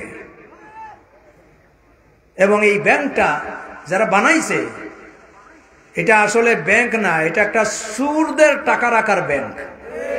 এটা ইন্টারন্যাশনাল সুর ব্যাংক। বাহিরে বাসা বাড়ি কিনেছেন, ফ্ল্যাট বাড়ি কিনেছেন, বিল্ডিং কিনেছেন, তাও নিজের নামে না, শালীর নামে আর স্ত্রীর নামে। এই জায়গাগুলির নাম হয়ে গেছে বেগম পাড়া। আর আপনারা যদি এত পরিশুদ্ধ, এত উন্নয়ন, এত সৎ, তাহলে 7 তারিখের 5 তারিখের গণঅভ্যুত্থানে একসাথে 300 জন এমপি কেন পলায়ন করলেন? তাহলে বোঝা গেল আপনারা নিজেরাই অপরাধী। অথচ জানেন না রাষ্ট্রের ক্ষমতায় বসে জনগণের টাকা পয়সা মারলে তার ক্ষতিটা কতটুকু। হযরতে দার্শনিক ইমামে গজ্জালী রাহমাতুল্লাহ আলাইহি বলেছেন, কেউ যদি কারো বাড়িতে চুরি করে, আপনার বাড়িতে আছে 10 লাখ টাকা, একজন চোর নিয়ে গেল 10 লক্ষ টাকা, এই টাকার মালিক হয় একজন, না হলে এই গড়ওয়ালা 8-10 জন। কিন্তু কেউ যদি সরকারি চেয়ারে বসে 1 টাকা চুরি করে, এর অপরাধটা আল্লাহর কাছে সাংঘাতিক। কারণ এই 1 টাকার মালিক শুধু বাড়িওয়ালা না, দেশের 18 কোটি জনগণ। রাসূল করিম সাল্লাল্লাহু আলাইহি ওয়াসাল্লাম ভবিষ্যৎবাণী দিয়ে গেছেন। দেখেন, বলছেন যারা সরকারি সম্পদ আত্মসাৎ করবে, এটা কত বড় অপরাধ, মানবাধিকার লঙ্ঘন। ঠিক কিনা বলেন? এইভাবে আল্লাহর নবী বলেছেন, মানুষের উপরে আল্লাহর বিধান যাকাত, যাকাত দেওয়াকে ট্যাক্স মনে করবে। আজ বহু সম্পদশালী আছে বাংলাদেশে যারা সঠিকভাবে যাকাত দেয় না, অথচ যাকাতের বিধান এটা নফল, সুন্নত না ফরজ? আরো জোরে বলেন। ইসলামের পিলার হচ্ছে 5টা। ঈমান আনার পরে নামাজের স্থান, নামাজের পরেই যাকাতের স্থান। আজ যাকাতকে আমরা এত তুচ্ছ তাচ্ছিল্য বানাইছি, আমরা 5ম নম্বরে জায়গা দিছি। কালিমা, নামাজ, রোজা, হজ, যাকাত। আমাদের হিসাব মতে যাকাতের স্থান কয় নম্বরে? 5 নম্বরে। আর আল্লাহর বিধান মতে যাকাতের স্থান হলে 3 নম্বরে। কোরআনে কারিমে আল্লাহ রাব্বুল আলামিন যত জায়গায় নামাজের কথা বলেছেন, এর পাশাপাশি আল্লাহ পাক বলেছেন, আকিমুস সালাহ ওয়া আতুজ যাকাত, ইকামিস সালাহ ওয়া ইতাইজ যাকাত। নামাজ পড়ো, যাকাত আদায় করো। নামাজ হলো ইবাদতে মাল, জিসমানি শারীরিক ইবাদত। যাকাত হলো ইবাদতে মালি, অর্থনৈতিক ইবাদত। আল্লাহ রাব্বুল আলামিন কোরআনে কারিমে বলছেন, আল্লাহ পাক বলেছেন, ধনীদের সম্পদে ওফি আমওয়ালিহিম হাক্কুন লিসাইলি ওয়াল মাহরুম। জেনে রাখো, সম্পদশালীদের সম্পদে সাইল এবং বঞ্চিত মানুষের ন্যায্য অধিকার রয়েছে। বাংলাদেশে যত সম্পদশালী আছে, আমরা পরিসংখ্যান করেছি, জরিপ করেছি, যদি একবার যাকাত উসুল করা যায়, তাহলে এই দেশের সম্পদশালী এবং কোম্পানির কাছ থেকে শুধুমাত্র যাকাতের খাতে 10,000 কোটি টাকা উদ্ধার করা যায়। 10,000 কোটি টাকা খুব কম মনে হয় নাকি? কি বলেন? এখন 10,000 কোটি টাকা যদি শুধু যাকাতের খাত থেকে আসে, ওসুরের খাত থেকে আসে, আরো বিভিন্ন খাত থেকে আসে, এইভাবে যদি সুষ্ঠুভাবে দেশে বন্টন করা যায়, ইনশাআল্লাহ বাংলাদেশে দারিদ্রতা থাকবে না। এই অবস্থা তৈরি হলে বহুদিন আগে বাংলাদেশ থেকে দারিদ্রতা দূরীভূত হয়ে যেত। রাসূলুল্লাহ বলেছেন, কিছু সংখ্যক মানুষের কাছে সম্পদ থাকবে, কিন্তু যাকাত দেবে মন গড়া, আর যাকাতকে কুক্ষিগত করে রাখবে, যাকাত দেওয়াকে ট্যাক্স মনে করবে। আজকে সঠিকভাবে যাকাত আদায় হয়। 15টা বলতে যাব না, সময় চলে যাবে। কিছু কথা নিয়ে যান, কষ্ট হচ্ছে না তো? আল্লাহর রাসূল বলেছেন, অশ্লীলতা, বেহায়াপনা বেড়ে যাবে। আজকে সমাজে অশ্লীলতা আছে কি নাই? বেহায়াপনা আছে কি নাই? বিগত 15টা বছর আমরা বেহায়াপনা কারে বলে? যেই জাতীয় সংসদকে বলা হয় পবিত্র জাতীয় সংসদ, মানুষ ভোট দিয়া এমপি নির্বাচন করে, পার্লামেন্টে এমপিদের দায়িত্ব হলো জনগণের কল্যাণে কাজ করা। অথচ আমরা দেখছি সেই পার্লামেন্টকে বানাইছে গাছ, আপনার গানের আসর। মমতা বেগম গান গায় না? চিনেন নি? আপারে চিনেন না? ওই যে ফাটিয়ে যায়, ফাটিয়ে যায়। এই মহিলা কত ছেলেমেয়েরা যে ফাটাইছে আল্লাহই জানে। জাতীয় সংসদে জনগণের কল্যাণে এক একটা মিনিটে কত লক্ষ লক্ষ টাকা খরচ হয়, এগুলা বাদ দিয়া এই জনগণের ট্যাক্সের পয়সা দিয়া সংসদ চলে, আর লক্ষ লক্ষ কোটি কোটি টাকা গানের আসরে খরচ করা হয়েছে। আমরা কোথায় চলে গিয়েছিলাম? রাসূল করিম সাল্লাল্লাহু আলাইহি ওয়াসাল্লাম তিনি আরো বলেছেন, এমন এক সময় আসবে যখন সন্তানের কাছে তার মা বাবার কদর কমে যাবে। শালি শালিকার মর্যাদা বেড়ে যাবে। বউ ছেলে মেয়ে আছে, বিবাহ করার পরে বৃদ্ধ মারে দেখতে পারে না, কিন্তু তার শালিকারে নিয়ে চিয়াংমাই রেস্টুরেন্টে চায়না বিরিয়ানি খাওয়ায়। আছে কিনা? দেখেন মিলছে কিনা কথাগুলি। আল্লাহর রাসূল বলেছেন ঠিক তেমনি ভাবে সন্তানেরা মা বাপকে দূরে ঠেলে দিবে, মুরব্বীদের কদর কমে যাবে। আজকে যারা ইয়ং ফেডারেশন যুবক শ্রেণীরা আছে, এদের কাছে মুরব্বীদের কোনো দাম নাই, কথা ঠিক কিনা? আজকের মোবাইলগুলির অপব্যবহারে ছেলেমেয়েরা ধ্বংস হয়ে যাচ্ছে, পরকীয়া বাড়ছে। আর আমাদের সাবেক পলাতক প্রধানমন্ত্রী বলেছেন, আমি এই দেশের জনগণের হাতে হাতে মোবাইল দিছি, বড় ভালো কাজ করছে। বলেন কি নাই? কথা বলেন না কেন? মোবাইল দেওয়ায় খুব ভালো কাজ হয়েছে না? আপনি তো জানেন না এই যে মোবাইলগুলির ব্যবহার, আমিও জানি না, আমার এই ছোট্ট বাচ্চা যতটুকু জানে, রাত ৩টার সময় মশারির ভিতরে আপনি টের পাবেন না, ওরা কিন্তু SMS দিচ্ছে। আর মোবাইল কোম্পানিগুলি বাছাই করেছে, এই দেশে যত কোম্পানি আছে বিদেশেও এত কোম্পানি নাই। মুদির দোকানে, হোটেলে, রেস্তোরাঁতে, এমনকি টয়লেটের পিছনে একটায় কয়ে কাছে থাকুন, আর একটা কয়ে চলো বহুদূর। আছে কি নাই? Free SMS। এখন ছেলে আরেক মেয়ের কাছে SMS দিচ্ছে, আই লাভ ইউ। এতে গিয়ে পরকীয়া বাড়ছে, দর্শন বাড়ছে, ইফটিজিং বাড়ছে। কথা বলেন না কেন? এগুলা কি সওয়াবের কাজ না অপরাধের কাজ?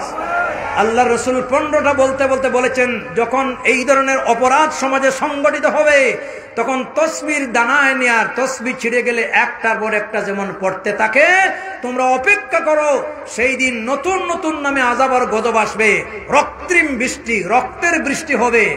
আল্লাহর পক্ষ থেকে এমন আযাব আর গজব আসবে, যেই সমস্ত আযাব আর গজবের নাম তোমাদের বাপ দাদা 14 গোষ্ঠী জীবনেও শুনে নাই।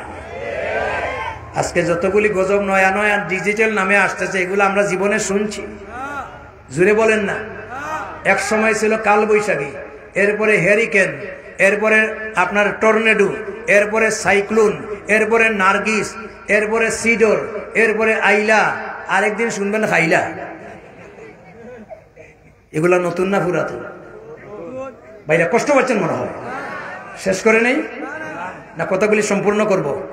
তাইলে যেহেতু এখানে তাফসীর মাহফিল করেছেন, কিছু কথা নিয়ে যান। আমি কিন্তু আজে বাজে কথা বলছি না।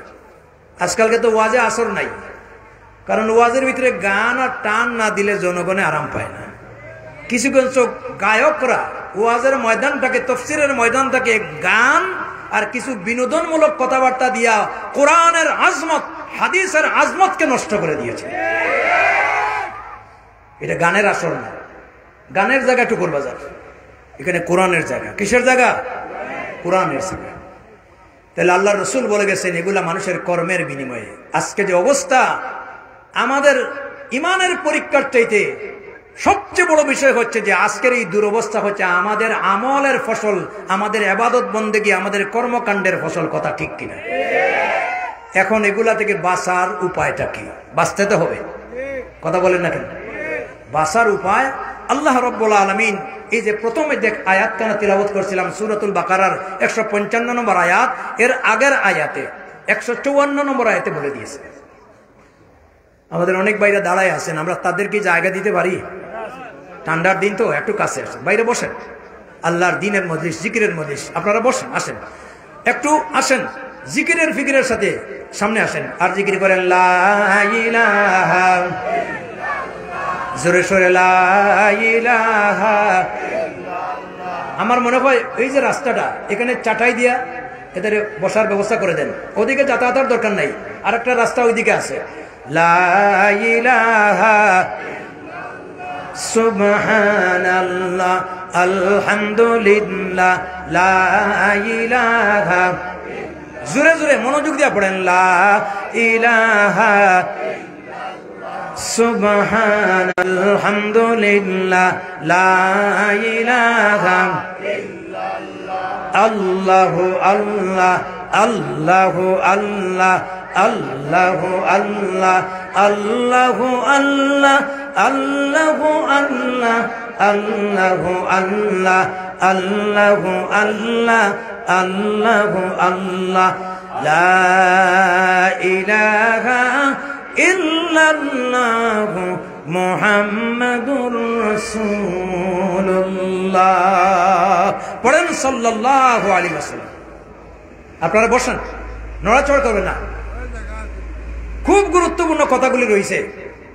আপনারা যদি দৃঢ়তা স্থিরতা থাকেন, আমি কথাগুলি বলার চেষ্টা করবো ইনশাআল্লাহ।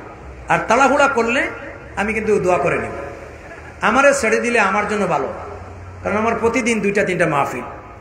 আজকে থেকে আমার বিশ্ববিদ্যালয়ে মন্ত্রী এসেছেন, ডক্টর ইউনুসের সহকারী শিক্ষা উপদেষ্টা, 3 দিনব্যাপী কর্মশালা। এই জন্য শ্বাস ফেলে দেওয়ার সুযোগ নেই। তো যাই হোক, আল্লাহ রাব্বুল আলামিন এগুলা থেকে আল্লাহ আমাদেরকে চিকিৎসা দিচ্ছেন, ব্যবস্থা দিচ্ছেন, ব্যবস্থাপনা। কি ব্যবস্থাপনা? আল্লাহ বলছেন, শোনেন। আল্লাহ রাব্বুল আলামিন বলছেন, ইয়া আইয়ুহাল্লাযীনা আমানুস্তাঈনু বিস-সাবরি ওয়াস-সালাহ ইন্নাল্লাহা মা'আস-সাবিরিন। হে ঈমানদারেরা, বিপদের সময় ধৈর্য ধারণ করো। ওয়াস্তাঈনু বিস-সাবরি ওয়াস-সালাহ, আল্লাহর সাহায্য নাও 2টা জিনিসের মাধ্যমে। বেশি আল্লাহ ওয়াজ করে নেই। কয়টা? একটা জবাব দেন। কয়টা? একটা হলো ধৈর্য ধারণ করো, কারণ সবর ছাড়া তো কোনো উপায় নাই।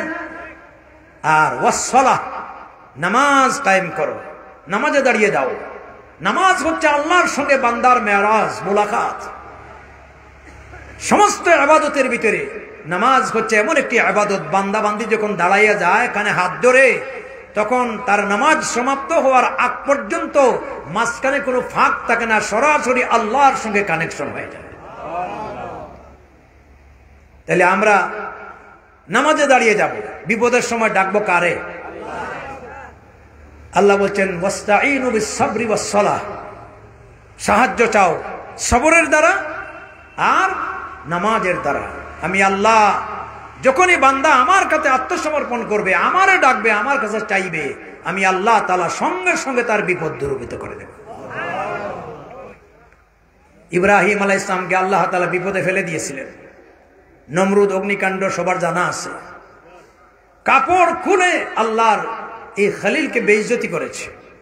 কিয়ামতের দিন আমরা সবাই কিন্তু জন্মের সময় যেভাবে উলঙ্গ আসছি, কবর থেকে সেইভাবে কাপড়বিহীন অবস্থায় আল্লাহর ময়দানে যাব। হযরতে আয়েশা বলেছেন, ইয়া রাসূলুল্লাহ, মানুষ বস্ত্রবিহীন অবস্থায় ময়দানে মাশরে আল্লাহর সামনে দণ্ডায়মান হবে, এটা তো লজ্জাকর ব্যাপার। প্রত্যেকের সামনে যার যার লজ্জাস্থান উন্মুক্ত, এটা লজ্জাকর ব্যাপার না? হযরতে আয়েশা বলছেন এই কথাটা, নবীজি বলছেন, ও আয়েশা, তুমি কি মনে করেছো ময়দানে মাশরের যে অবস্থাটা হবে, সেই দিন কার পরনে কাপড় আছে আর কার পরনে কাপড় নাই, এটা চিন্তা করার ধারণাও নাই। সে ল্যাংটা না গুংটা, এটা ধারণা করার মতো সুযোগ নেই। তো সেই দিন আল্লাহ রাব্বুল আলামিন বেহেশতের পোশাক দিয়া যারে সম্মান দিবেন, জান্নাতি পোশাক দিয়া প্রথমে যাকে আল্লাহ তাআলা পোশাক দান করবেন, তিনি হচ্ছেন আমাদের জাতির পিতা হযরতে ইব্রাহিম আলাইহিস সালাতু। মুসলমানদের জাতির পিতাকে দেখেন, ভুল করিয়েন না। হুয়া সাম্মাকুমুল মুসলিমিন, তিনি আমাদের নাম রাখছেন আমরা মুসলিম, আমাদের আইডেন্টিটি দিয়েছেন মুসলিম। জাতির পিতা হওয়া এত সহজ না। অতীতে আমরা বহু জাতির পিতা দেখছি। জাহির পিতাকে প্রতিষ্ঠা করার জন্য কোটি কোটি বিলিয়ন টাকা খরচ করে নকল পিতা বানানো হয়েছে। বিগত 5 তারিখের গণ অভ্যুত্থানে যত নকল জাতির পিতা ছিল সব ধূলিসাৎ হয়ে গেছে। এই দেশের মানুষ ধর্মপরায়ণ, বাজে চিন্তা, বাজে জিনিস চাপাইয়া দিলে বেশি দিন টিকে না। এটাই তার বাস্তব প্রমাণ, ঠিক কিনা? হযরত ইব্রাহিম আলাইহিস সালাম কাপড় খুলে নমরুদ অগ্নিকুণ্ডে নিক্ষেপ করবে, এই মুহূর্তে জিবরিল আমিন আলাইহিস সালাতু ওয়াস সালাম বলছেন, আমি কি আপনাকে ইন্টারফেয়ার করতে পারি? আমি কি সহযোগিতা দিতে পারি? হযরত ইব্রাহিমের ঈমানটা পরীক্ষায় আরো কঠিন পরীক্ষার সম্মুখীন। তিনি বললেন, আমি তো এমন এক অন্ধ আল্লাহর দাসত্ব করি না, যিনি আকাশে বসে নমরুদের অগ্নিকুণ্ডে ফেলে তিনি আমারে তামসা দেখবেন।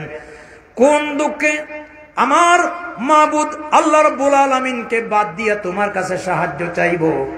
আল্লাহর যদি মর্জি হয় নমরুদের অগ্নিকুণ্ডে শাহাদাতের নজরানা পেশ করব, আর আল্লাহর যদি মর্জি হয় অগ্নিকুণ্ড থেকে তিনি আমারে রক্ষা করবেন। কেমনে করবেন এটা আমার মাবুদের দায়িত্ব।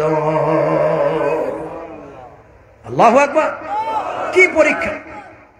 সঙ্গে সঙ্গে আল্লাহ রাব্বুল আলামিন আগুনের প্রতি নোটিশ করলেন, কুলনা ইয়া নারুকুনি বারদাও ওয়া সালামান আলা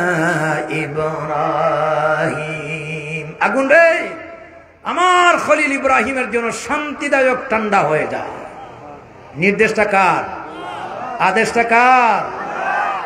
শীততাপ নিয়ন্ত্রিত, গরমও না ঠান্ডাও না। বারদুন শব্দটা তো ঠান্ডা, আবার সালামান বলেছেন, এর মানে হচ্ছে বেশি ঠান্ডা না, যাতে আমার ইব্রাহিমের কোনো ক্ষতি হয় না। মিস্টার নমরুদ এই অবস্থা দেখে আগুনকে বলল, কি বিষয়, তুই কেন আমার এই দুশ্মনে জ্বালাইতে পারছ? নাকি তোর জ্বালানোর শক্তি হারিয়ে গেছে? আল্লাহ রাব্বুল আলামিন আগুনের জবান খুলে দিলেন। আগুন বলল, ওরে নমরুদ, তুই হইলে মখলুক, আর আমার যিনি সৃষ্টি করেছেন তিনি আমার খালিক আল্লাহ রাব্বুল আলামিন। অতএব আমি তো তোর চাকরি করি না। তুই হাজারো বার যদি বলস আল্লাহ পাক তার খলিলকে না জ্বালাতে নিষেধ করেছেন, অতএব আমি ইব্রাহিমকে জ্বালানো দূরের কথা, ইব্রাহিমের একটা পশম জ্বালাইতে পারবো না। আর আমার যদি জ্বালানোর শক্তি আছে কি নাই, তুই শুদ্ধা গোষ্ঠী সহ আগুনে ঢুকে দেখ কেমনে তোরে জ্বালাইতে পারি। আল্লাহর খলিলের গায়ের একটা পশম জ্বালাইতে পারবো না। বিশ্বকবি, কবি সম্রাট আল্লামা ইকবাল রাহমাতুল্লাহ আলাইহি বড় সুন্দর করে বলেছেন, আজ বিজু हो इब्राहिम का ईमा पैदा आग कर सकती है एक अंदाज़े गुलिस्ता पैदा। इब्राहिमी বিশ্বাস যদি আজিও কোথায় হয় বিদ্যমান, করতে পারেন অগ্নিকুণ্ডে খুবসুরত গুলিস্তান। গুলিস্তান চিনেনি? গুলিস্তান কোথায়? ঢাকাতে। গুলিস্তান মানে ফুলের বাগান। আজ যদি ইব্রাহিমের উত্তরসূরিরা ইব্রাহিমের মতো ঈমান এবং সবরের সাথে আল্লাহর সাহায্য তালাশ করে, যদিও নমরুদ নাই, ফেরাউন নাই, নমরুদ ফেরাউনের চেলা চামুন্ডরা আছে কি নাই, আল্লাহ তাদের গোষ্ঠী শুদ্ধা ধ্বংস করে তাদের চক্রান্ত থেকে আওলাদে ইব্রাহিমকে আল্লাহ রক্ষা করতে পারেন। এই আল্লাহ আছেন কি নাই? এই আল্লাহর ক্ষমতা আছে কি নাই? তাহলে আল্লাহরে বাদ দিয়ে আমরা কোন দোকে গায়রুল্লাহর সাহায্য নেব? এই জন্য বেশি বেশি করে নামাজ পড়বো তো ইনশাআল্লাহ। 5 ওয়াক্তের নামাজ। ভাইরা, এই যে বর্তমান চানটা রমজানের প্রস্তুতি, যুবকদেরকে বলছি, বাবারা, এই বয়সটা তারুণ্যের বয়স, উচ্ছৃঙ্খল বয়স। মন চায় না মসজিদে আসতে, নামাজ পড়তে, মন চায় না ভালো কাজ করতে। ভাইরে, কিছুদিন পরেই তো এই তারুণ্য চলে যাবে। চেহল সালে অমর আজিজ আজ গুজার মিজাজে তু আজহালে তিফলে নাগস। শেখ সাদি বলেছেন, মানুষের বয়স 40-এর অতিক্রম হয়ে গেলে আর শারীরিক যোগ্যতা কাজে লাগে না। শরীরের অনেক পার্টস গুলি দুর্বল হয়ে যায়। এই মুরব্বীগুলিকে এখন জিজ্ঞাসা করেন, যদিও দেখতেছেন সেরা সুরত সুন্দর, নামাজি মানুষ, অজু করেন, কিন্তু বিতর্গত অবস্থা খুব ভালো না। ঠিক কিনা বলেন? শরীরে কাজ করে না। তো সবচেয়ে মূল্যবান দামি বয়স হলো তারুণ্যের বয়স। তোমরা যুবকরা যদি আশার নামাজ পড়ে ঘুমাইয়া যাও, বাজে আড্ডা না দাও, ফজরের নামাজে মসজিদে হাজিরা দাও, এই যৌবনের বয়সের ইবাদত আল্লাহর কাছে এত দামি, আল্লাহ ফেরেশতারে বলেন, তুই লেখ, আমার যুবক যুবতী সারা রাত আমার ইবাদতে লিপ্ত ছিল। আমরা পারবো তো এই যৌবন কালটা কাজে লাগাতে? জোরে বলেন। আর 5 ওয়াক্তের নামাজ কোনো অবস্থাতে বাদ দিব না। রাজি আছেন তো? নামাজ ছেড়ে দেওয়া এটা মারাত্মক অন্যায় কাজ। বেনামাজি থেকে আল্লাহর মখলুক পর্যন্ত মুক্তি চায়। একখানা কিতাব আছে হায়াতুল হাইওয়ান, এগুলো আমরা পড়াশোনা করি। এটা লেখক হচ্ছেন আল্লামা দমিরি আল মিসরি। এই বইয়ের বয়সটা প্রায় 700 বছর হয়ে গেছে। 950টা প্রাণীর জীবনী নিয়ে এই বইটা তিনি রচনা করেছেন। এই বইয়ের ভিতরে তিনি লেখছেন আল্লাহর মখলুকের কথা, তিনটা প্রাণীর কথা লেখছেন, যে এই তিনটা প্রাণী আল্লাহর কাছে দরখাস্ত করে, দোয়া করে, আল্লাহর কাছে কিছু বিষয় থেকে পানা চায়। একটা প্রাণী হলো কুকুর, কুত্তা। কুত্তা নাপাক বস্তু। কুকুর বলে আল্লাহুম্মা ইন্না নাউযু বিকা মিনাল হিমার, আল্লাহ আমি তোমার কাছে শুকরিয়া আদায় করছি, আমারে যে তুমি হেমার বানাও নাই, গাধা বানাও নাই, কুত্তা বানাইছো। যদিও আমি নাপাক, এরপরেও মানুষের কাজ আমি করি, মানুষের ঘর পাহারা দেই, বাজার পাহারা দেই। এবং কুকুরের ভিতরে আল্লাহ রাব্বুল আলামিন এমন 10টা স্বভাবও দিয়েছেন। গাজ্জালী রহমাতুল্লাহ আলাইহি বলেছেন, যেই 10টা স্বভাবগুলি আল্লাহর ওলিদের মাঝে পাওয়া যায়। কুকুর হলো প্রভুভক্ত, একদিন খাওয়াইয়া দেখবেন আপনার পিছ ছাড়বে না, ঠিক কিনা বলেন? কুকুর হচ্ছে বড় সবরকারী, যদি খাবার ভাগ্যে নাও জুটে সবরের সাথে সারাটা রাত ঘুমাইয়া যায়, ঠিক কিনা বলেন? কুকুর হচ্ছে সারাটা রাত সজাগ থাকে, আল্লাহর ওলি যারা সারা রাত সজাগ থাকে। এই কথাগুলি বলেছেন গাজ্জালী রহমাতুল্লাহ আলাইহি। তো কুকুর বলছে আমি যদিও নাপাক পানি, আমারে লোকেরা দেখতে পারে না, এরপরেও আমি শুকরিয়া আদায় করছি আমারে যে তুমি গাধা বানাও নাই। কারণ গাধার আওয়াজটা বড় কর্কশ আওয়াজ, বড় বিরক্তিকর আওয়াজ। গাধাও দোয়া করে। গাধা বলে আলহামদুলিল্লাহিল্লাযী জাআলানি হিমারান ওয়া লাম ইয়াজআলনি খিনজিরা। আয় আল্লাহ, তোমার দরবারে আমি শুকরিয়া আদায় করছি আমারে যে তুমি গাধা বানাইছো। যদিও আমার আওয়াজের কারণে মানুষের বড় কষ্ট হয়, এরপরে আমার যে শুকর বানাও নাই। গাধার চাইতে শুকরটা হচ্ছে আরো খারাপ পানি, ময়লায় থাকে। শুকর খাওয়া হালাল না হারাম? এটা ইতর শ্রেণীর প্রাণী। আল্লাহ এটারে তৈরি করেছেন মিউনিসিপালিটির কাজ করার জন্য।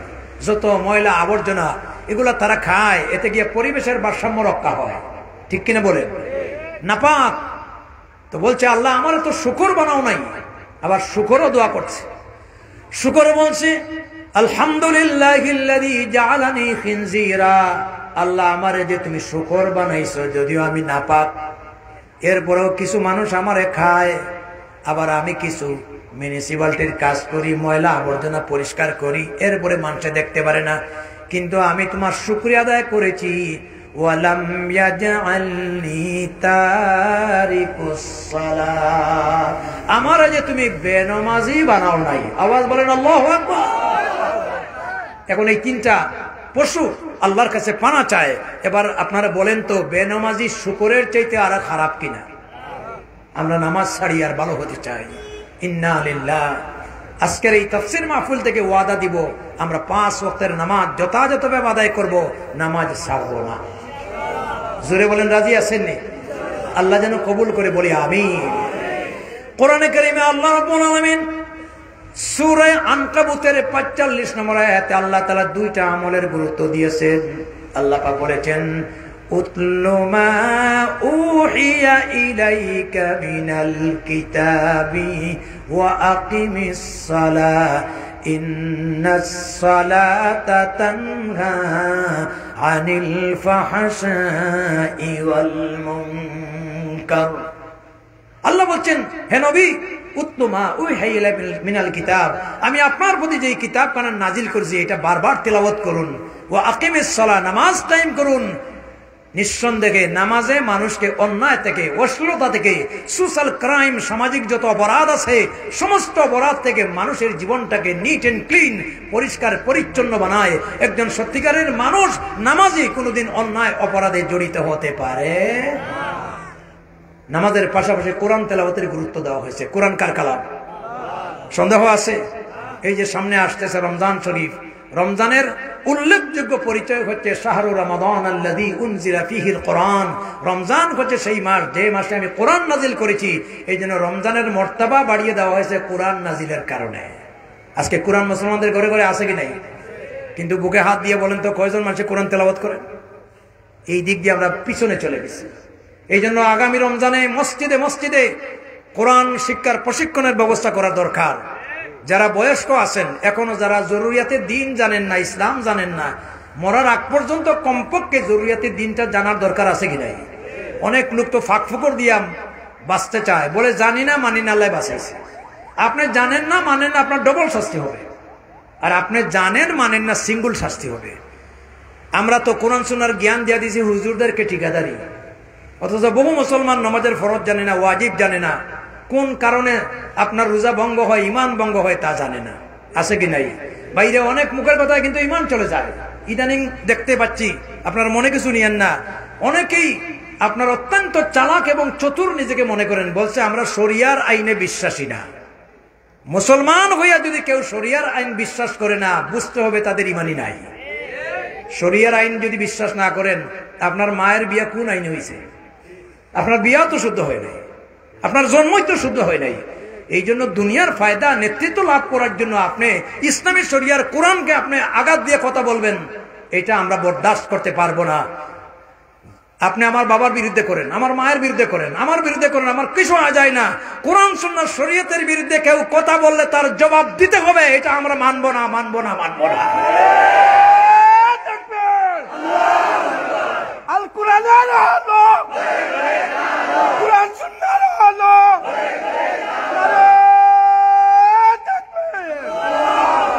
যাই হোক ভাইরা আমার, আমি যে কথাটি বলছিলাম, কোরআনে কারীম আমরা একটু তেলাওয়াত করি, রমজানের জন্য একটু সময় ফারিক করি, পারবো তো ইনশাআল্লাহ? যুবক যারা আছো, এই রমজানে প্রতিটি মসজিদে বিশুদ্ধ কোরআনের চর্চার ব্যবস্থা করো। ইমাম সাহেব বা একজন কারি সাহেব রেখে অন্ততপক্ষে কোরআনটা পড়ো। আর কিছু জানো আর না জানো, কোরআনটা তো পড়ার দরকার। বিশুদ্ধভাবে কোরআন পড়ার দরকার আছে কি নাই? নামাজে তেলাওয়াত করা ফরজ, এই জন্য কোরআন সহিশুদ্ধ করে পড়া ফরজ। আর কোরআন হচ্ছে আল্লাহর দেওয়া এত বড় গিফট। হাজা কালামুল্লাহ, এটা আল্লাহর কালাম। লা তুহসা আজাইবুহু ওয়া লা তুগলা গারাইবুহু, এটার মজা কোনোদিন কমে না, এটার জ্ঞান কোনোদিন কমে না। ফিহি মাসাবিহিল হুদা ওয়া মানারিল হিকমা, এটা জ্ঞানের মহাসমুদ্র এবং হেদায়েতের আলোকবর্তিকা। আজকে এই কোরআন পড়ে পড়ে বিধর্মীরা ইসলাম গ্রহণ করছে, দুনিয়ার বড় বড় বিজ্ঞানীরা ইসলামের পথে আসতেছে, আর আমরা মুসলমান হইয়া কোরআন পাওয়ার পরে কোরআন থেকে আমরা দূরে চলে গেছি। আল্লাহু আকবার বলে। কোরআনের প্রতি যুবক সাহাবা ইকরামের কেমন প্রেরণা ছিল, একটা ঘটনা বলবো আর আলোচনা শেষ করে নিব। রাজি আছেন তো? ইন্না লিল্লাহ, 12:30 হয়ে যাচ্ছে। রাসূল করিম সাল্লাল্লাহু আলাইহি ওয়াসাল্লাম মক্কি জীবনে তিনি মানুষের দ্বারে আল্লাহর কোরআন তেলাওয়াত করে শোনাতেন। হুয়াল্লাযী বাআসা ফিল উম্মিয়িনা রাসূলাম মিনহুম ইয়াতলু আলাইহিম আয়াতি। আল্লাহ যাদেরকে তৌফিক দিয়েছিল, কোরআন শুনে শুনে অনেক যুবকরা ইসলাম গ্রহণ করেছিল। কোরআন এমন এক কিতাব, কেউ যদি হৃদয়ঙ্গম করে কোরআনের পথ ধরলে সঠিক পথ পাবে, ঠিক কিনা? মুশরিকদের ভিতরে একজন মুশরিক যুবক ছিল, তার নাম ছিল আব্দুল উজ্জা। তার নামটা কি? উজ্জা দেবীর বান্দা। ছেলেটা যদিও যুবক, মুশরিক, পৌত্তলিক ধর্মের বিশ্বাসী, কিন্তু তার কাছে যখন রাসূলুল্লাহর জবান থেকে কোরআনের তেলাওয়াত গেছে, কোরআনের তেলাওয়াতে তার ভিতরে নাড়াচাড়া শুরু হয়ে গেছে এবং ইমানের জন্য প্রস্তুত। কোনদিন সুযোগ পেলে নবীর কাছে গিয়ে ইমান আনবে আর আল্লাহর দেওয়া এই মধুর বাণী প্রাণ ভরে মধুর স্বর দিয়ে আল্লাহর কোরআন তেলাওয়াত করবে। ছেলেটা ছিল এতিম, বাবা মারা গেছে। এরপরে তার চাচার সম্পদ ভোগ করছে, চাচা তাকে লালন পালন করে বড় করেছে। উদ্দেশ্য ছিল তার ফ্যামিলি চাচা সহকারে নবীজির কাছে গিয়া ইসলাম গ্রহণ করবে, কিন্তু অপেক্ষা করতে করতে একদিন দেখা গেল রাসূলুল্লাহ সাল্লাল্লাহু আলাইহি ওয়াসাল্লাম মক্কা থেকে তিনি মদিনায় হিজরত করে গেছে। রাসূলুল্লাহর জিন্দেগীর দুইটা দিক, একটা মক্কি আর একটা, জোরে বলেন না। আব্দুল উজ্জা দরজার বাঁধ ধরে রাখতে পারল না, চাচার শরণাপন্ন হয়ে বলো, চাচা আপনি কি এখনো ইসলাম গ্রহণ করবেন না? মুহাম্মদ সাল্লাল্লাহু আলাইহি ওয়াসাল্লামের কাছে কোরআন পড়ে পড়ে কত মানুষের ভাগ্যের পরিবর্তন হলো, জীবনটা আলোকিত হলো। আমরা কিন্তু পিছনে পড়ে গেলাম, নবী আমাদেরকে মক্কায় ছেড়ে মদিনায় চলে গেলেন। আমার উদ্দেশ্য হলো আপনাকে নিয়ে চলেন রাসূলের দরবারে, আমরা ঈমান গ্রহণ করব। চাচা ছিল কট্টর মুশরিক। বলছে ভাতিজা সাহস তো কম না যে মুহাম্মদ সাল্লাল্লাহু আলাইহি ওয়াসাল্লাম তোর বাপ দাদার ধর্মের বিরুদ্ধে আজকে তুই কি তোর বাপ দাদার ধর্ম বাদ দিয়ে মুহাম্মদের ধর্ম গ্রহণ করবে? ছেলে বলছে চাচা একটু চিন্তা করেন তো দেখি, যেগুলি আমরা সিজদা দেই, যেগুলি মূর্তিগুলি আমরা তাদের কাছে সাহায্য নেই, এরা তো আমরা নিজে বানাই, নড়তে পারে না, চড়তে পারে না। আচ্ছা চাচা বলো তো দেখি, যদি আমাদের মূর্তির নাকে বসে একটা মাছি তার মুখে পায়খানা করে, 2টা হাতের 10টা আঙ্গুল থেকে একটা আঙ্গুল দিয়া মাছি তাড়ানোর কোন ক্ষমতা আছে? কি চমৎকার যুক্তি, সুবহানাল্লাহ বলেন। কষ্ট হচ্ছে না তো? চাচা কয় মতি গতি ভালো না, তবে তুই যদি মুহাম্মদের ধর্ম গ্রহণ করতে চাস তোরে পারমিশন দেওয়া যাবে, কিন্তু এর পরিণতি কি জানোস? বলে না জানি না। বলে তোর বাবা তোরে এতিম রেখে মারা গেছে, আমি চাচা লালন পালন করে বড় করেছি, জায়গা দিছি, জমি দিছি, টাকা দিছি, পয়সা দিছি, আমার দেওয়া সব সম্পত্তি কিন্তু ফেরত দিতে হবে। আল্লাহু আকবার বলে। ও যুবক ভাইরা, ইসলাম এত সহজে আসে না রে ভাই। কত ত্যাগের বিনিময়ে এই যুবকরা ইসলামের প্রতি আসক্ত হয়েছে। আল্লাহু আকবার। আমরা তো মুসলমানের ঘরে মুসলমান হয়ে ঈমান গ্রহণ করেছি, ঠিক কিনা? আব্দুল উজ্জা বলছে চাচা আপনার সম্পদের 2 বছর আমার দাম নাই, আমার ঈমান হচ্ছে সবচেয়ে বড় সম্পদ, আমার যত সম্পদ দিয়েছেন সব দিয়া দিলাম। বলছে দাঁড়া, তোর গায়ের পরনের কাপড়টা পর্যন্ত আমার দেওয়া, কাপড়টা খুলে দে। আল্লাহু আকবার। সঙ্গে সঙ্গে আব্দুল উজ্জা গায়ের কাপড় খুলে দিয়ে উলঙ্গ হয়ে গেছে। এই অবস্থাতে বাড়িতে গিয়া তার মারে ডাক দিছে। মা দরজা খুলে আব্দুল উজ্জার শারীরিক উলঙ্গতা দেখে জিজ্ঞাসা করছে, বাবা তোর এই দুরবস্থা কেন? তোর পরনের কাপড় নাই কেন? বুঝলাম না। বলছে মা তুমি দুশ্চিন্তা করো না, ঈমান আনার কথা ঘোষণা দেওয়ার সঙ্গে সঙ্গে আমার চাচার দেওয়া সব সম্পদ তো ফিরত নিছে, এমনকি পরনের কাপড়টা পর্যন্ত খুলে দিতে হয়েছে। ও আমার মা, দয়া করে ঘরের ভিতরে যদি পুরাতন কিছু কাপড় চোপড় থাকে আমাকে একখানা কাপড় হাদিয়া দাও, যাতে কোনো মতে লজ্জাস্থান নিবারণ করে মদিনায় গিয়ে আমার রসুলের দরবারে আমি যেন ঈমান গ্রহণ করতে পারি। সুবহানাল্লাহ আওয়াজ তো আসতে কিনা? ঘটনাটা পূরণ করব, শোনার আগ্রহ আছে? ও আমার ভাইরা, মা ঘর থেকে একখানা পুরাতন চাদর ঢিল মেরে দিছে।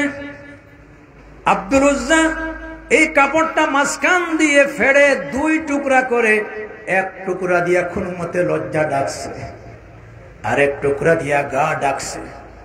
সুদূর মদিনা থেকে 450 কিলোমিটার এলোপাতাড়ি পথ, এখনকার সময়ের পথ না, যেই সময়ে ভালো মানের কোনো বাহন ছিল না, কোনো গাড়ি ছিল না, বিমান ছিল না, কোনো ধরনের ট্রেন ছিল না।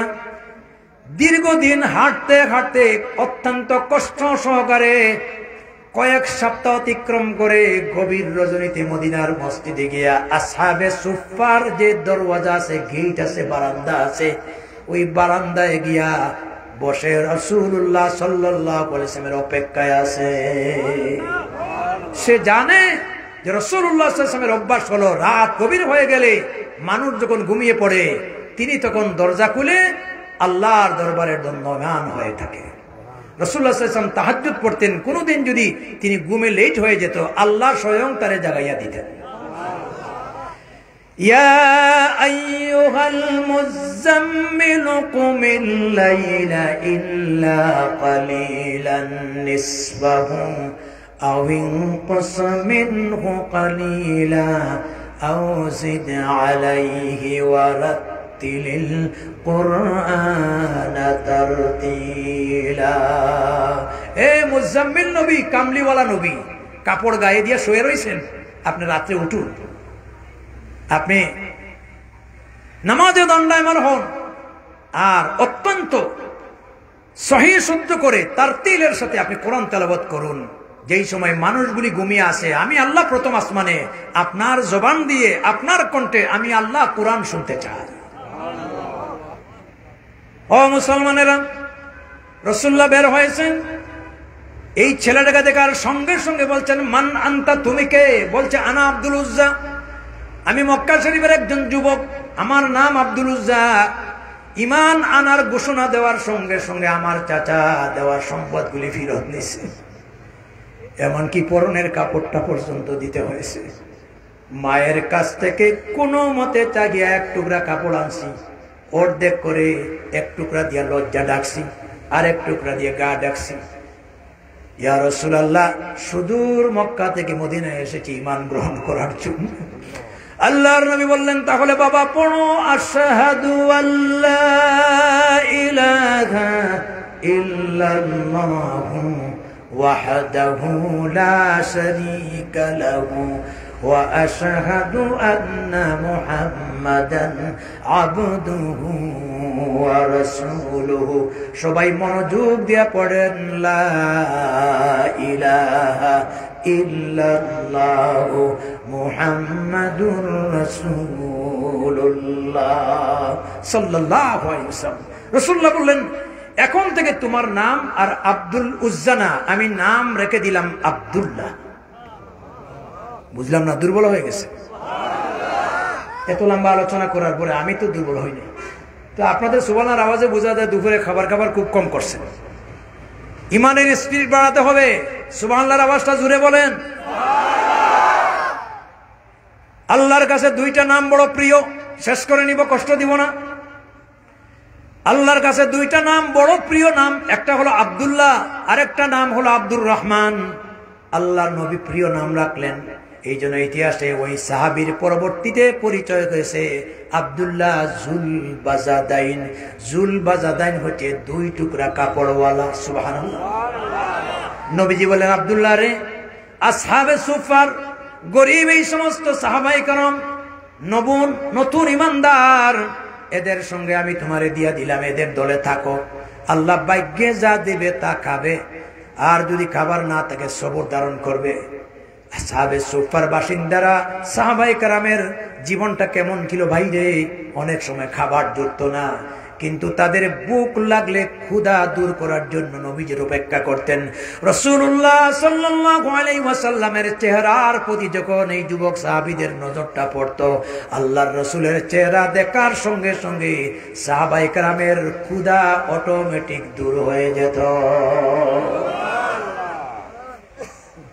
আব্দুল্লাহ জুল বাজাদাইন, রাত গভীর হয়ে গেলে মানুষগুলি ঘুমিয়ে পড়ে, তিনি সারাটা রাত তাহাজ্জুদ পড়েন, কিয়ামুল লাইল পড়েন, সালাতুত তাসবিহ পড়েন, এবং মাঝে মাঝে জুরে জুরে কোরআন তেলাওয়াত করেন।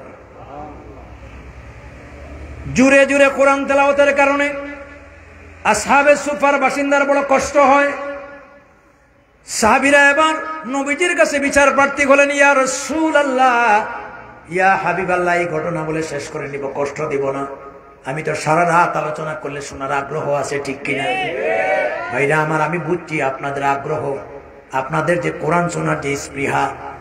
আল্লাহু আকবার। আল্লাহ আমাদের ভাইদের মেহনতকে আল্লাহ কবুল করুন, বলি আমিন। আমি ইনশাআল্লাহ 10-15 মিনিটের ভিতরে দোয়া সহ শেষ করে নিব ইনশাআল্লাহ, ঠিক কিনা? সাহাবীরা রাসূলুল্লাহর কাছে নালিশ দিলেন, ইয়া রাসূলুল্লাহ, আপনার নবমুসলিম আব্দুল্লাহ জুল বাজাদাইনের জুরে জুরে কোরআন তেলাওয়াতের কারণে আমাদের ঘুমে বড় ডিস্টার্ব হয়, আমরা ঘুমাইতে পারি না। নবীজি বলেন, আমার সাহাবীরা, আমার এই নবমুসলিম আব্দুল্লাহ জুল বাজাদাইনে কোরআন পড়তে বাধা দিও না, কারণ এই ঈমানের জন্য তার সম্পদ ত্যাগ করতে হয়েছে। এই ঈমানের জন্য উলঙ্গ হইয়া বস্ত্র ত্যাগ করে শুধুমাত্র মক্কা থেকে শরীরটা নিয়েছে ঈমানের জন্য। সুতরাং তার ভিতরে যে ঈমানের জজবা, কোরআন তেলাওয়াতের যে জজবা, তোমরা তারে বাধা দিও না। তোমরা তো জানো না, রাত যখন গভীর হয়, মানুষ ঘুমিয়ে পড়ে, আল্লাহ কিন্তু প্রথম আসমানে অবতরণ করেন। আর আমার আব্দুল্লাহ জুল বাজাদাইন যখন কণ্ঠ দিয়া কোরআন তেলাওয়াত করলে, আল্লাহ পাক তার কুদরতি কানে আব্দুল্লাহ জুল বাজাদাইনের কোরআন শুনে। কোরআন পড়বো তো ইনশাআল্লাহ, কোরআন পড়বো তো ইনশাআল্লাহ। ও মুসলমানেরা, ঘটনার আরো সূত্রপাত রয়ে গেছে। ইতিমধ্যে তবুকের যুদ্ধর জাহাজ এসে গেছে। রাসূল করিম সাল্লাল্লাহু আলাইহি ওয়াসাল্লাম যুদ্ধের মুজাহিদ কালেকশন করছেন, এই যুদ্ধে সাহায্য চাইতেছেন। এই যুদ্ধের ভিতরে মহিলারা নাকের ফুল, কানের দুল, গলার চেইন, স্বর্ণ, আল্লাহ যা যাদেরকে তৌফিক দিয়েছেন তারা এই যুদ্ধের মধ্যে সাহায্য দিচ্ছে। সুবহানাল্লাহ। মুজাহিদরা নাম সৃষ্টি করছে। বাজিছে দামামা বাদরে আমামা, শির উঁচু করি মুসলমান, দাওয়াত এসেছে নয়া জামানায়, বাঙ্গা কিল্লায় উড়ে নিশান। আব্দুল রাসূল বাজান বলছি, ইয়া রাসূলুল্লাহ মেহেরবানি করে আমারে মুজাহিদের লিস্টে নামটা লিখে, আমি যেন এই জিহাদের ময়দানে গিয়ে আল্লাহর দ্বীন প্রতিষ্ঠা করার জন্য আমি যেন শহীদ হতে পারি, শাহাদাতের তামান্না আমার ভিতরে, আমারে আপনি অনুমতি দেন। সুবহানাল্লাহ। নবীজি বলেন, আব্দুল্লাহ নে, তুমি নব মুসলিম, জিহাদের ট্রেনিং জানো না, অতএব আপাতত তুমি জিহাদ থেকে বিরত থাকো, আগামীতে অবশ্যই তুমি সৈনিক হয়ে আল্লাহর দ্বীনের জন্য লড়বে। আব্দুল্লাহ জুল বাজাদান বলেন, ইয়া রাসূলুল্লাহ আমাকে আপনি যুদ্ধের ময়দান থেকে বাধা দেবেন না। আপনি কি জানেন না আল্লাহ পাক বলেছেন, ওয়ালা তাকুলু লিমান ইয়ুকতালু ফি সাবিলিল্লাহি আমওয়াত বাল আহইয়াউ ওয়ালাকিন লা তাশউরুন। যারা আল্লাহর রাস্তায় মারা যায় এদেরকে তোমরা বাহ্যিক দৃষ্টিতে মৃত দেখলেও মৃত বলো না, বরং এরা জীবিত। কে বলেছেন? আল্লাহ নামটা জোরে বলে, বাল আহইয়াউ ওয়ালাকিন লা ইউরযাকুন। আল্লাহ বলেছেন অন্য আয়াতে এদেরকে বেহেশতি খাবার দাবার দেওয়া হবে। তা আপনি আমার এই শাহাদত থেকে কেন বঞ্চিত রাখেন? যুবক এই তরুণের ইসলাম প্রতিষ্ঠার আন্দোলন, আল্লাহর দ্বীন কায়েমের যে জজবা, এই স্পৃহা দেখে ও যুবকেরা আজকে মানুষের তৈরি করা মতবাদের জন্য তোমরা আন্দোলন করো, বস্তা পোতা মতবাদ আন্দোলন করো। কেউ সমাজতন্ত্রের পক্ষে, কেউ তথাকথিত গণতন্ত্রের পক্ষে, কেউ মানুষের তৈরি করা আইনের পক্ষে, জুড়ে বলেন আছে কি নাই? কেউ আবার ধর্ম নিরপেক্ষতার পক্ষে। জেনে রাখো, মুসলমান হইয়া যদি তোমরা দেশের কাজ করতে হয়, রাষ্ট্রের উন্নতি ঘটাতে হয়, তাহলে একমাত্র হচ্ছে ইসলামী আন্দোলনের পক্ষে কাজ করা, ঠিক কিনা? মানুষের তৈরি করা ব্যর্থ, মানুষের তৈরি করা আইন মানুষকে কোনোদিন কল্যাণ দিতে পারে না। এটা আমরা আজকে স্বাধীনতার 54 বছর হয়ে গেছে আমরা বুঝেছি। অতীতে কেউ এই দেশকে উন্নতি দিতে পারে নাই, এই দেশকে পরিবর্তন করে দিতে পারে নাই। এমন একটা সিচুয়েশন আসছে, ইনশাআল্লাহ আগামীতে আর দিনের বুট রাত্রে হবে না। উলামায়ে কেরাম, ইসলামী দল ঐক্যের চেষ্টা চলছে। আমরা আশা করব ও যুবকেরা, মুসলমানেরা, আগামী দিনের বাংলাদেশ হবে ইসলামের বাংলাদেশ, আগামী দিনের বাংলাদেশ হবে কোরআনের বাংলাদেশ। এই মতের সাথে কারা একমত আছেন? দুই হাত উঁচু করে দেখা।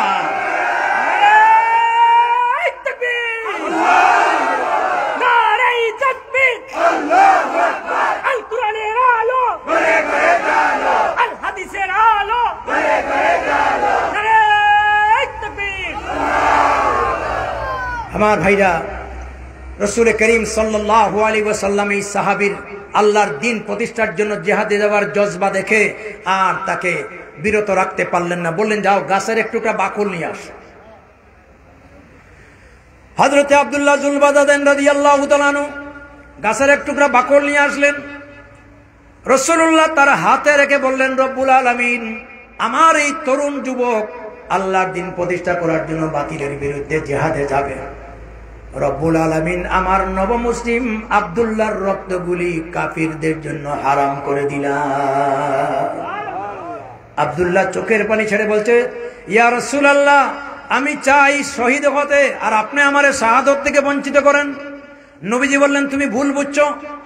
কোন মুমিনের ভিতরে যদি শাহাদতের তামান্না থাকে, জিহাদে গিয়া শহীদ হওয়ার আকাঙ্ক্ষা থাকে, আর যদি সে শহীদ হতে নাও পারে, জিহাদ নাও করে, যদি বিছানায় পড়ে মারা যায়, ঘুমে মারা যায়, অথবা কোনো জ্বর অথবা তাপে আক্রান্ত হয়ে মারা যায়, আল্লাহ রাব্বুল আলামিন স্বাভাবিক মৃত্যুটা আল্লাহ শহীদের মৃত্যু হিসাবে কবুল করবে। যুদ্ধ শুরু হয়ে গেল। এক পর্যায়ে নবীজির কাছে খবর গেল নব মুসলিম আব্দুল্লাহ জুলবাজাদাইন রাদিয়াল্লাহু তাআলা আনহু প্রচন্ড জ্বরে আক্রান্ত হয়ে তিনি ইন্তেকাল করেছেন। ইন্না লিল্লাহি ওয়া ইন্না ইলাইহি রাজিউন। নবীজি বললেন, তোমাদের নব মুসলিম ভাইয়ের দাফন কাফনের তাড়াতাড়ি ব্যবস্থা করো। কবর খনন করা হলো। রাসূলুল্লাহ সাল্লাল্লাহু আলাইহি ওয়াসাল্লাম এই কবরের নিজে নামছেন আব্দুল্লাহরে দাফন করার জন্য। আল্লাহর নবী এবার আব্দুল্লাহর লাশটা দাফনের জন্য কবরে নিয়ে যাচ্ছেন। হযরতে আবু বকরের গাড়ে আর ওমরের গাড়ে দুইজন সাহাবী ধরছেন। হযরতে বেলাল রাদিয়াল্লাহু তাআলা কবরে আলো জ্বালাইয়া অন্ধকারটাকে দেখাচ্ছেন। আর নবীজি বলছেন, আবু বকর রে, তোমাদের নব মুসলিম আব্দুল্লাহর লাশটা সম্মানের সাথে নিয়ে আসো, খবরদার তার সঙ্গে বেয়াদবি করবা না। এরপরে আল্লাহর নবী আব্দুল্লাহর লাশ কবরে রাখলেন আর বললেন, রব্বুল আলামিন, আজ সন্ধ্যা পর্যন্ত আমার নব মুসলিম যুবক তরুণ ইমানদার আব্দুল্লাহর উপরে আমি নবী রাজি ছিলাম।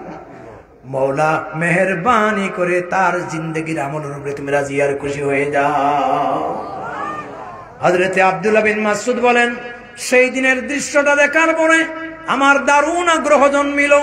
আমি আফসোস করলাম আর বললাম, হায় আল্লাহ, আজকের লাশটা যদি আব্দুল্লাহ জুলবাজাদাইনের লাশ না হইয়া আমি আব্দুল্লাহ বিন মাসউদের লাশটা হতো, জিন্দেগিটা সার্থক হয়ে যেত। জোরে বলেন সুবহানাল্লাহ। ভাইরে, এই আব্দুল্লাহ জুলবাজাদাইন একদিকে জিহাদে যাইতে পারেন নাই, শাহাদাতের মর্যাদা পাইছেন। আর সেই আব্দুল্লাহ জুলবাজাদাইন বেশি বেশি করে জুড়ে জুড়ে আল্লাহর কোরআনে কারীম তেলাওয়াত করেছেন, ঠিক কিনা? এই কোরআন পড়তে পারবো তো ইনশাআল্লাহ?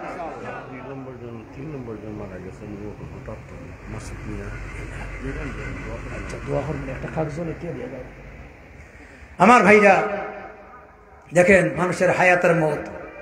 আমার এই পীর বেটার ভাই মাসুক মিয়া, ওর 2 নম্বর ভাই, এই মুহূর্তে খবর আসছে 3 নম্বর ভাই তিনি ইন্তেকাল করেছেন।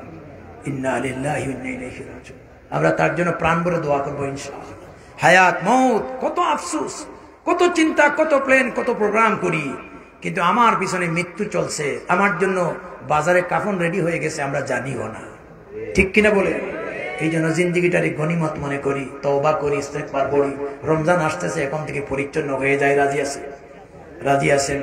বেশি বেশি করে পড়বেন আস্তাগফিরুল্লাহাল্লাযী লা ইলাহা ইল্লা হুয়াল হাইয়ুল কাইয়্যুম ওয়া আতুবু ইলাইহি ওয়া লা হাওলা ওয়া লা কুওয়াতা ইল্লা বিল্লাহিল আলিয়্যিল আযীম। জি, আচ্ছা, জি, আমরা প্রত্যেকের করে রয়ে গেলেন স্যার, পেন্ডারের ভিতরে কিছু আছে সেটা না, সাদা হবে। জি, না, যাই হোক আমার ভাইরা, দোয়া করে নিব, বেশি বেশি করে ইস্তেগফার পড়বেন। রাসূল করিম সাল্লাল্লাহু আলাইহি ওয়াসাল্লাম বলেছেন, যে ব্যক্তি ইস্তেগফার পাঠ করে আমার সাথে একবার পড়ে নাস্তাগফিরুল্লাহ মিন কুল্লি যামবি ওয়া আতুবু ইলাইহি ওয়া লা হাওলা ওয়া লা কুওয়াতা ইল্লা বিল্লাহিল আলিয়্যিল আযীম। নবী বলেন, যারা ইস্তেগফারের উপরে আমল করবে হুয়া মুস্তাজাবুদ দাওয়া, এক সময় ইস্তেগফার পড়তে পড়তে মুস্তাজাবুদ দাওয়াতের মর্যাদা লাভ করে। অর্থাৎ সে যখন আল্লাহর কাছে দরখাস্ত করে, দোয়া করে, এই মুস্তাজাবুদ দাওয়াতের দোয়া আল্লাহর দরবারে ডাইরেক্ট কবুল হয়ে যায়। এই জন্য ইস্তেগফার পড়বো তো ইনশাআল্লাহ।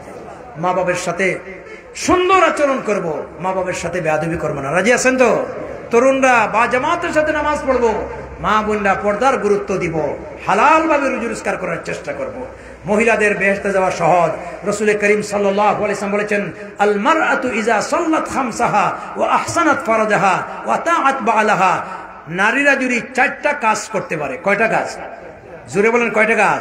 তারা যদি 5 ওয়াক্তের নামাজ সঠিকভাবে আদায় করে, এরপরে তারা যদি তাদের লজ্জাস্থান অর্থাৎ পর্দা পুশিদা করে, তারা যদি স্বামীর আনুগত্য করে, রমজানুল মুবারকের রোজা যদি সঠিকভাবে আদায় করে, আল্লাহ পাক কিয়ামতের দিন এই নারীদের বেহেশতে যাওয়ার জন্য জান্নাতের সম্পদ আর তার ইচ্ছা মতে যে রাস্তা দিয়ে চাইবে সেই রাস্তা দিয়ে জান্নাতে প্রবেশ করতে পারবে।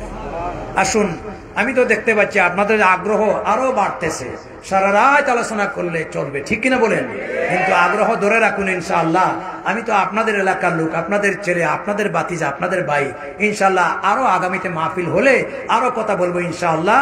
আমরা এই তরুণ যুবকদের জন্য দোয়া করব যারা প্রথমবারের মতো সুন্দর একটা কোরআনের মাহফিল উপহার দিয়েছেন।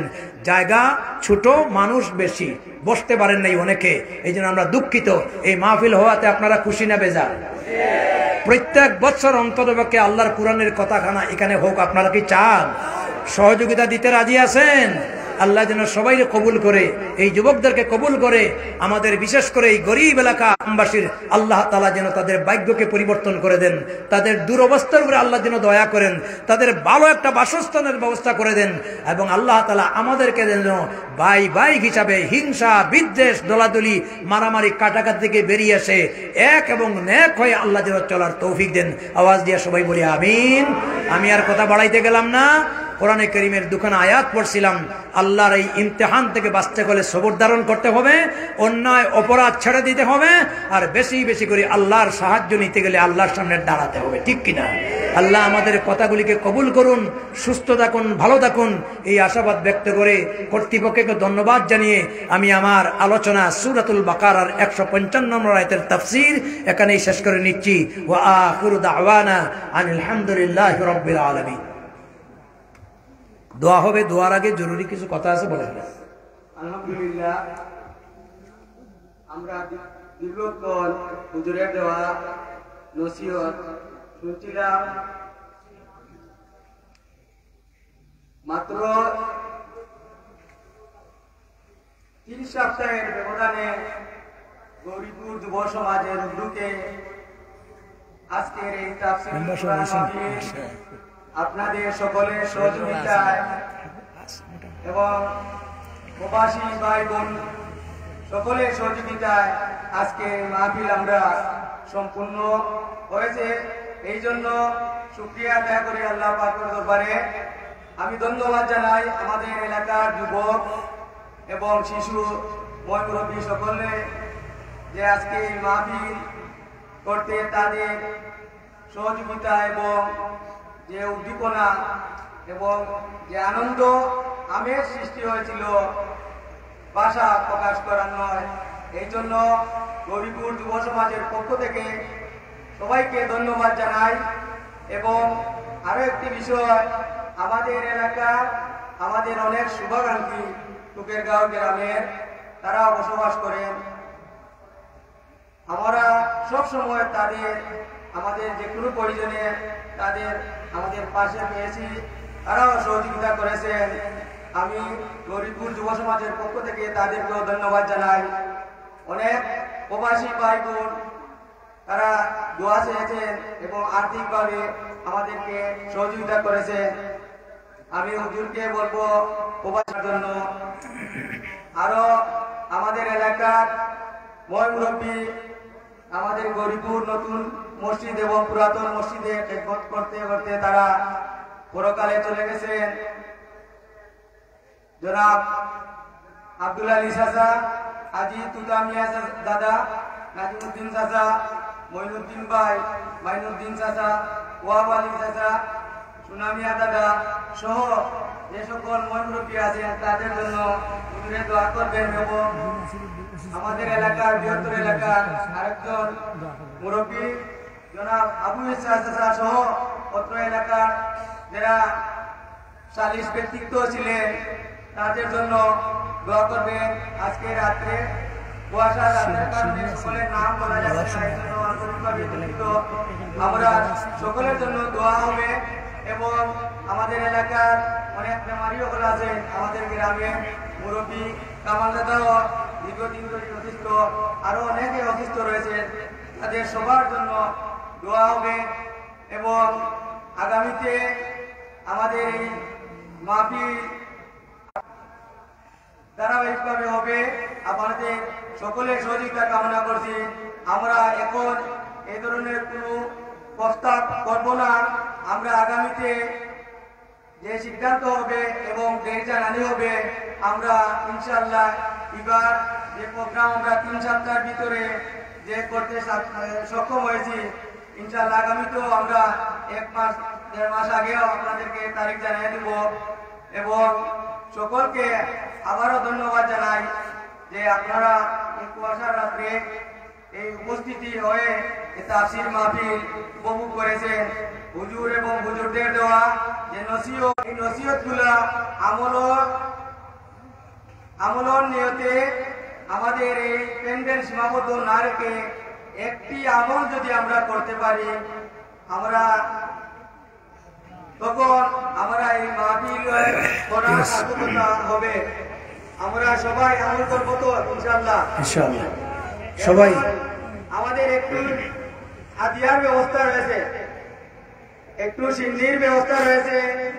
আপনারা যারা বাইরে দাঁড়া আছেন, আপনারা দয়া করে ভিতরে ঢুকে যান, ভিতরে ঢুকে যান আর একটু সারিবদ্ধ হয়ে যান। দোয়া করবেন, দোয়ার মাধ্যমে আমাদের স্বেচ্ছাসেবক ভাইরা আছেন